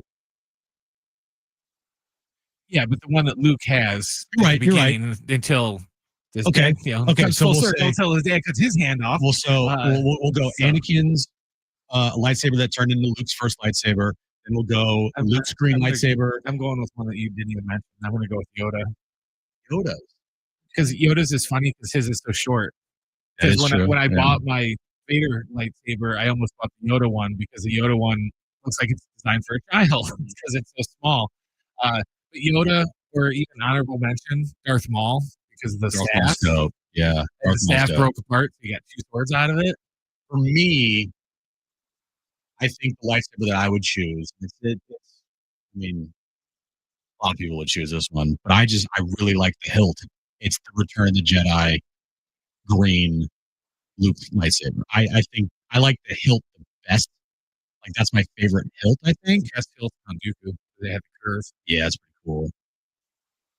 With the green lightsaber, the sound of his green lightsaber is it hits different. It's so much a good thing that John is here. Yeah, exactly. We couldn't have nerded out like that for the final couple minutes of the show. All right, coming up next, the Sean Lewis Coaching Show with Sean Lewis, John, and Rich. Getting you ready for tomorrow's game against Washington State. Stay right here on San Diego Sports 760 and live on the iHeartRadio app.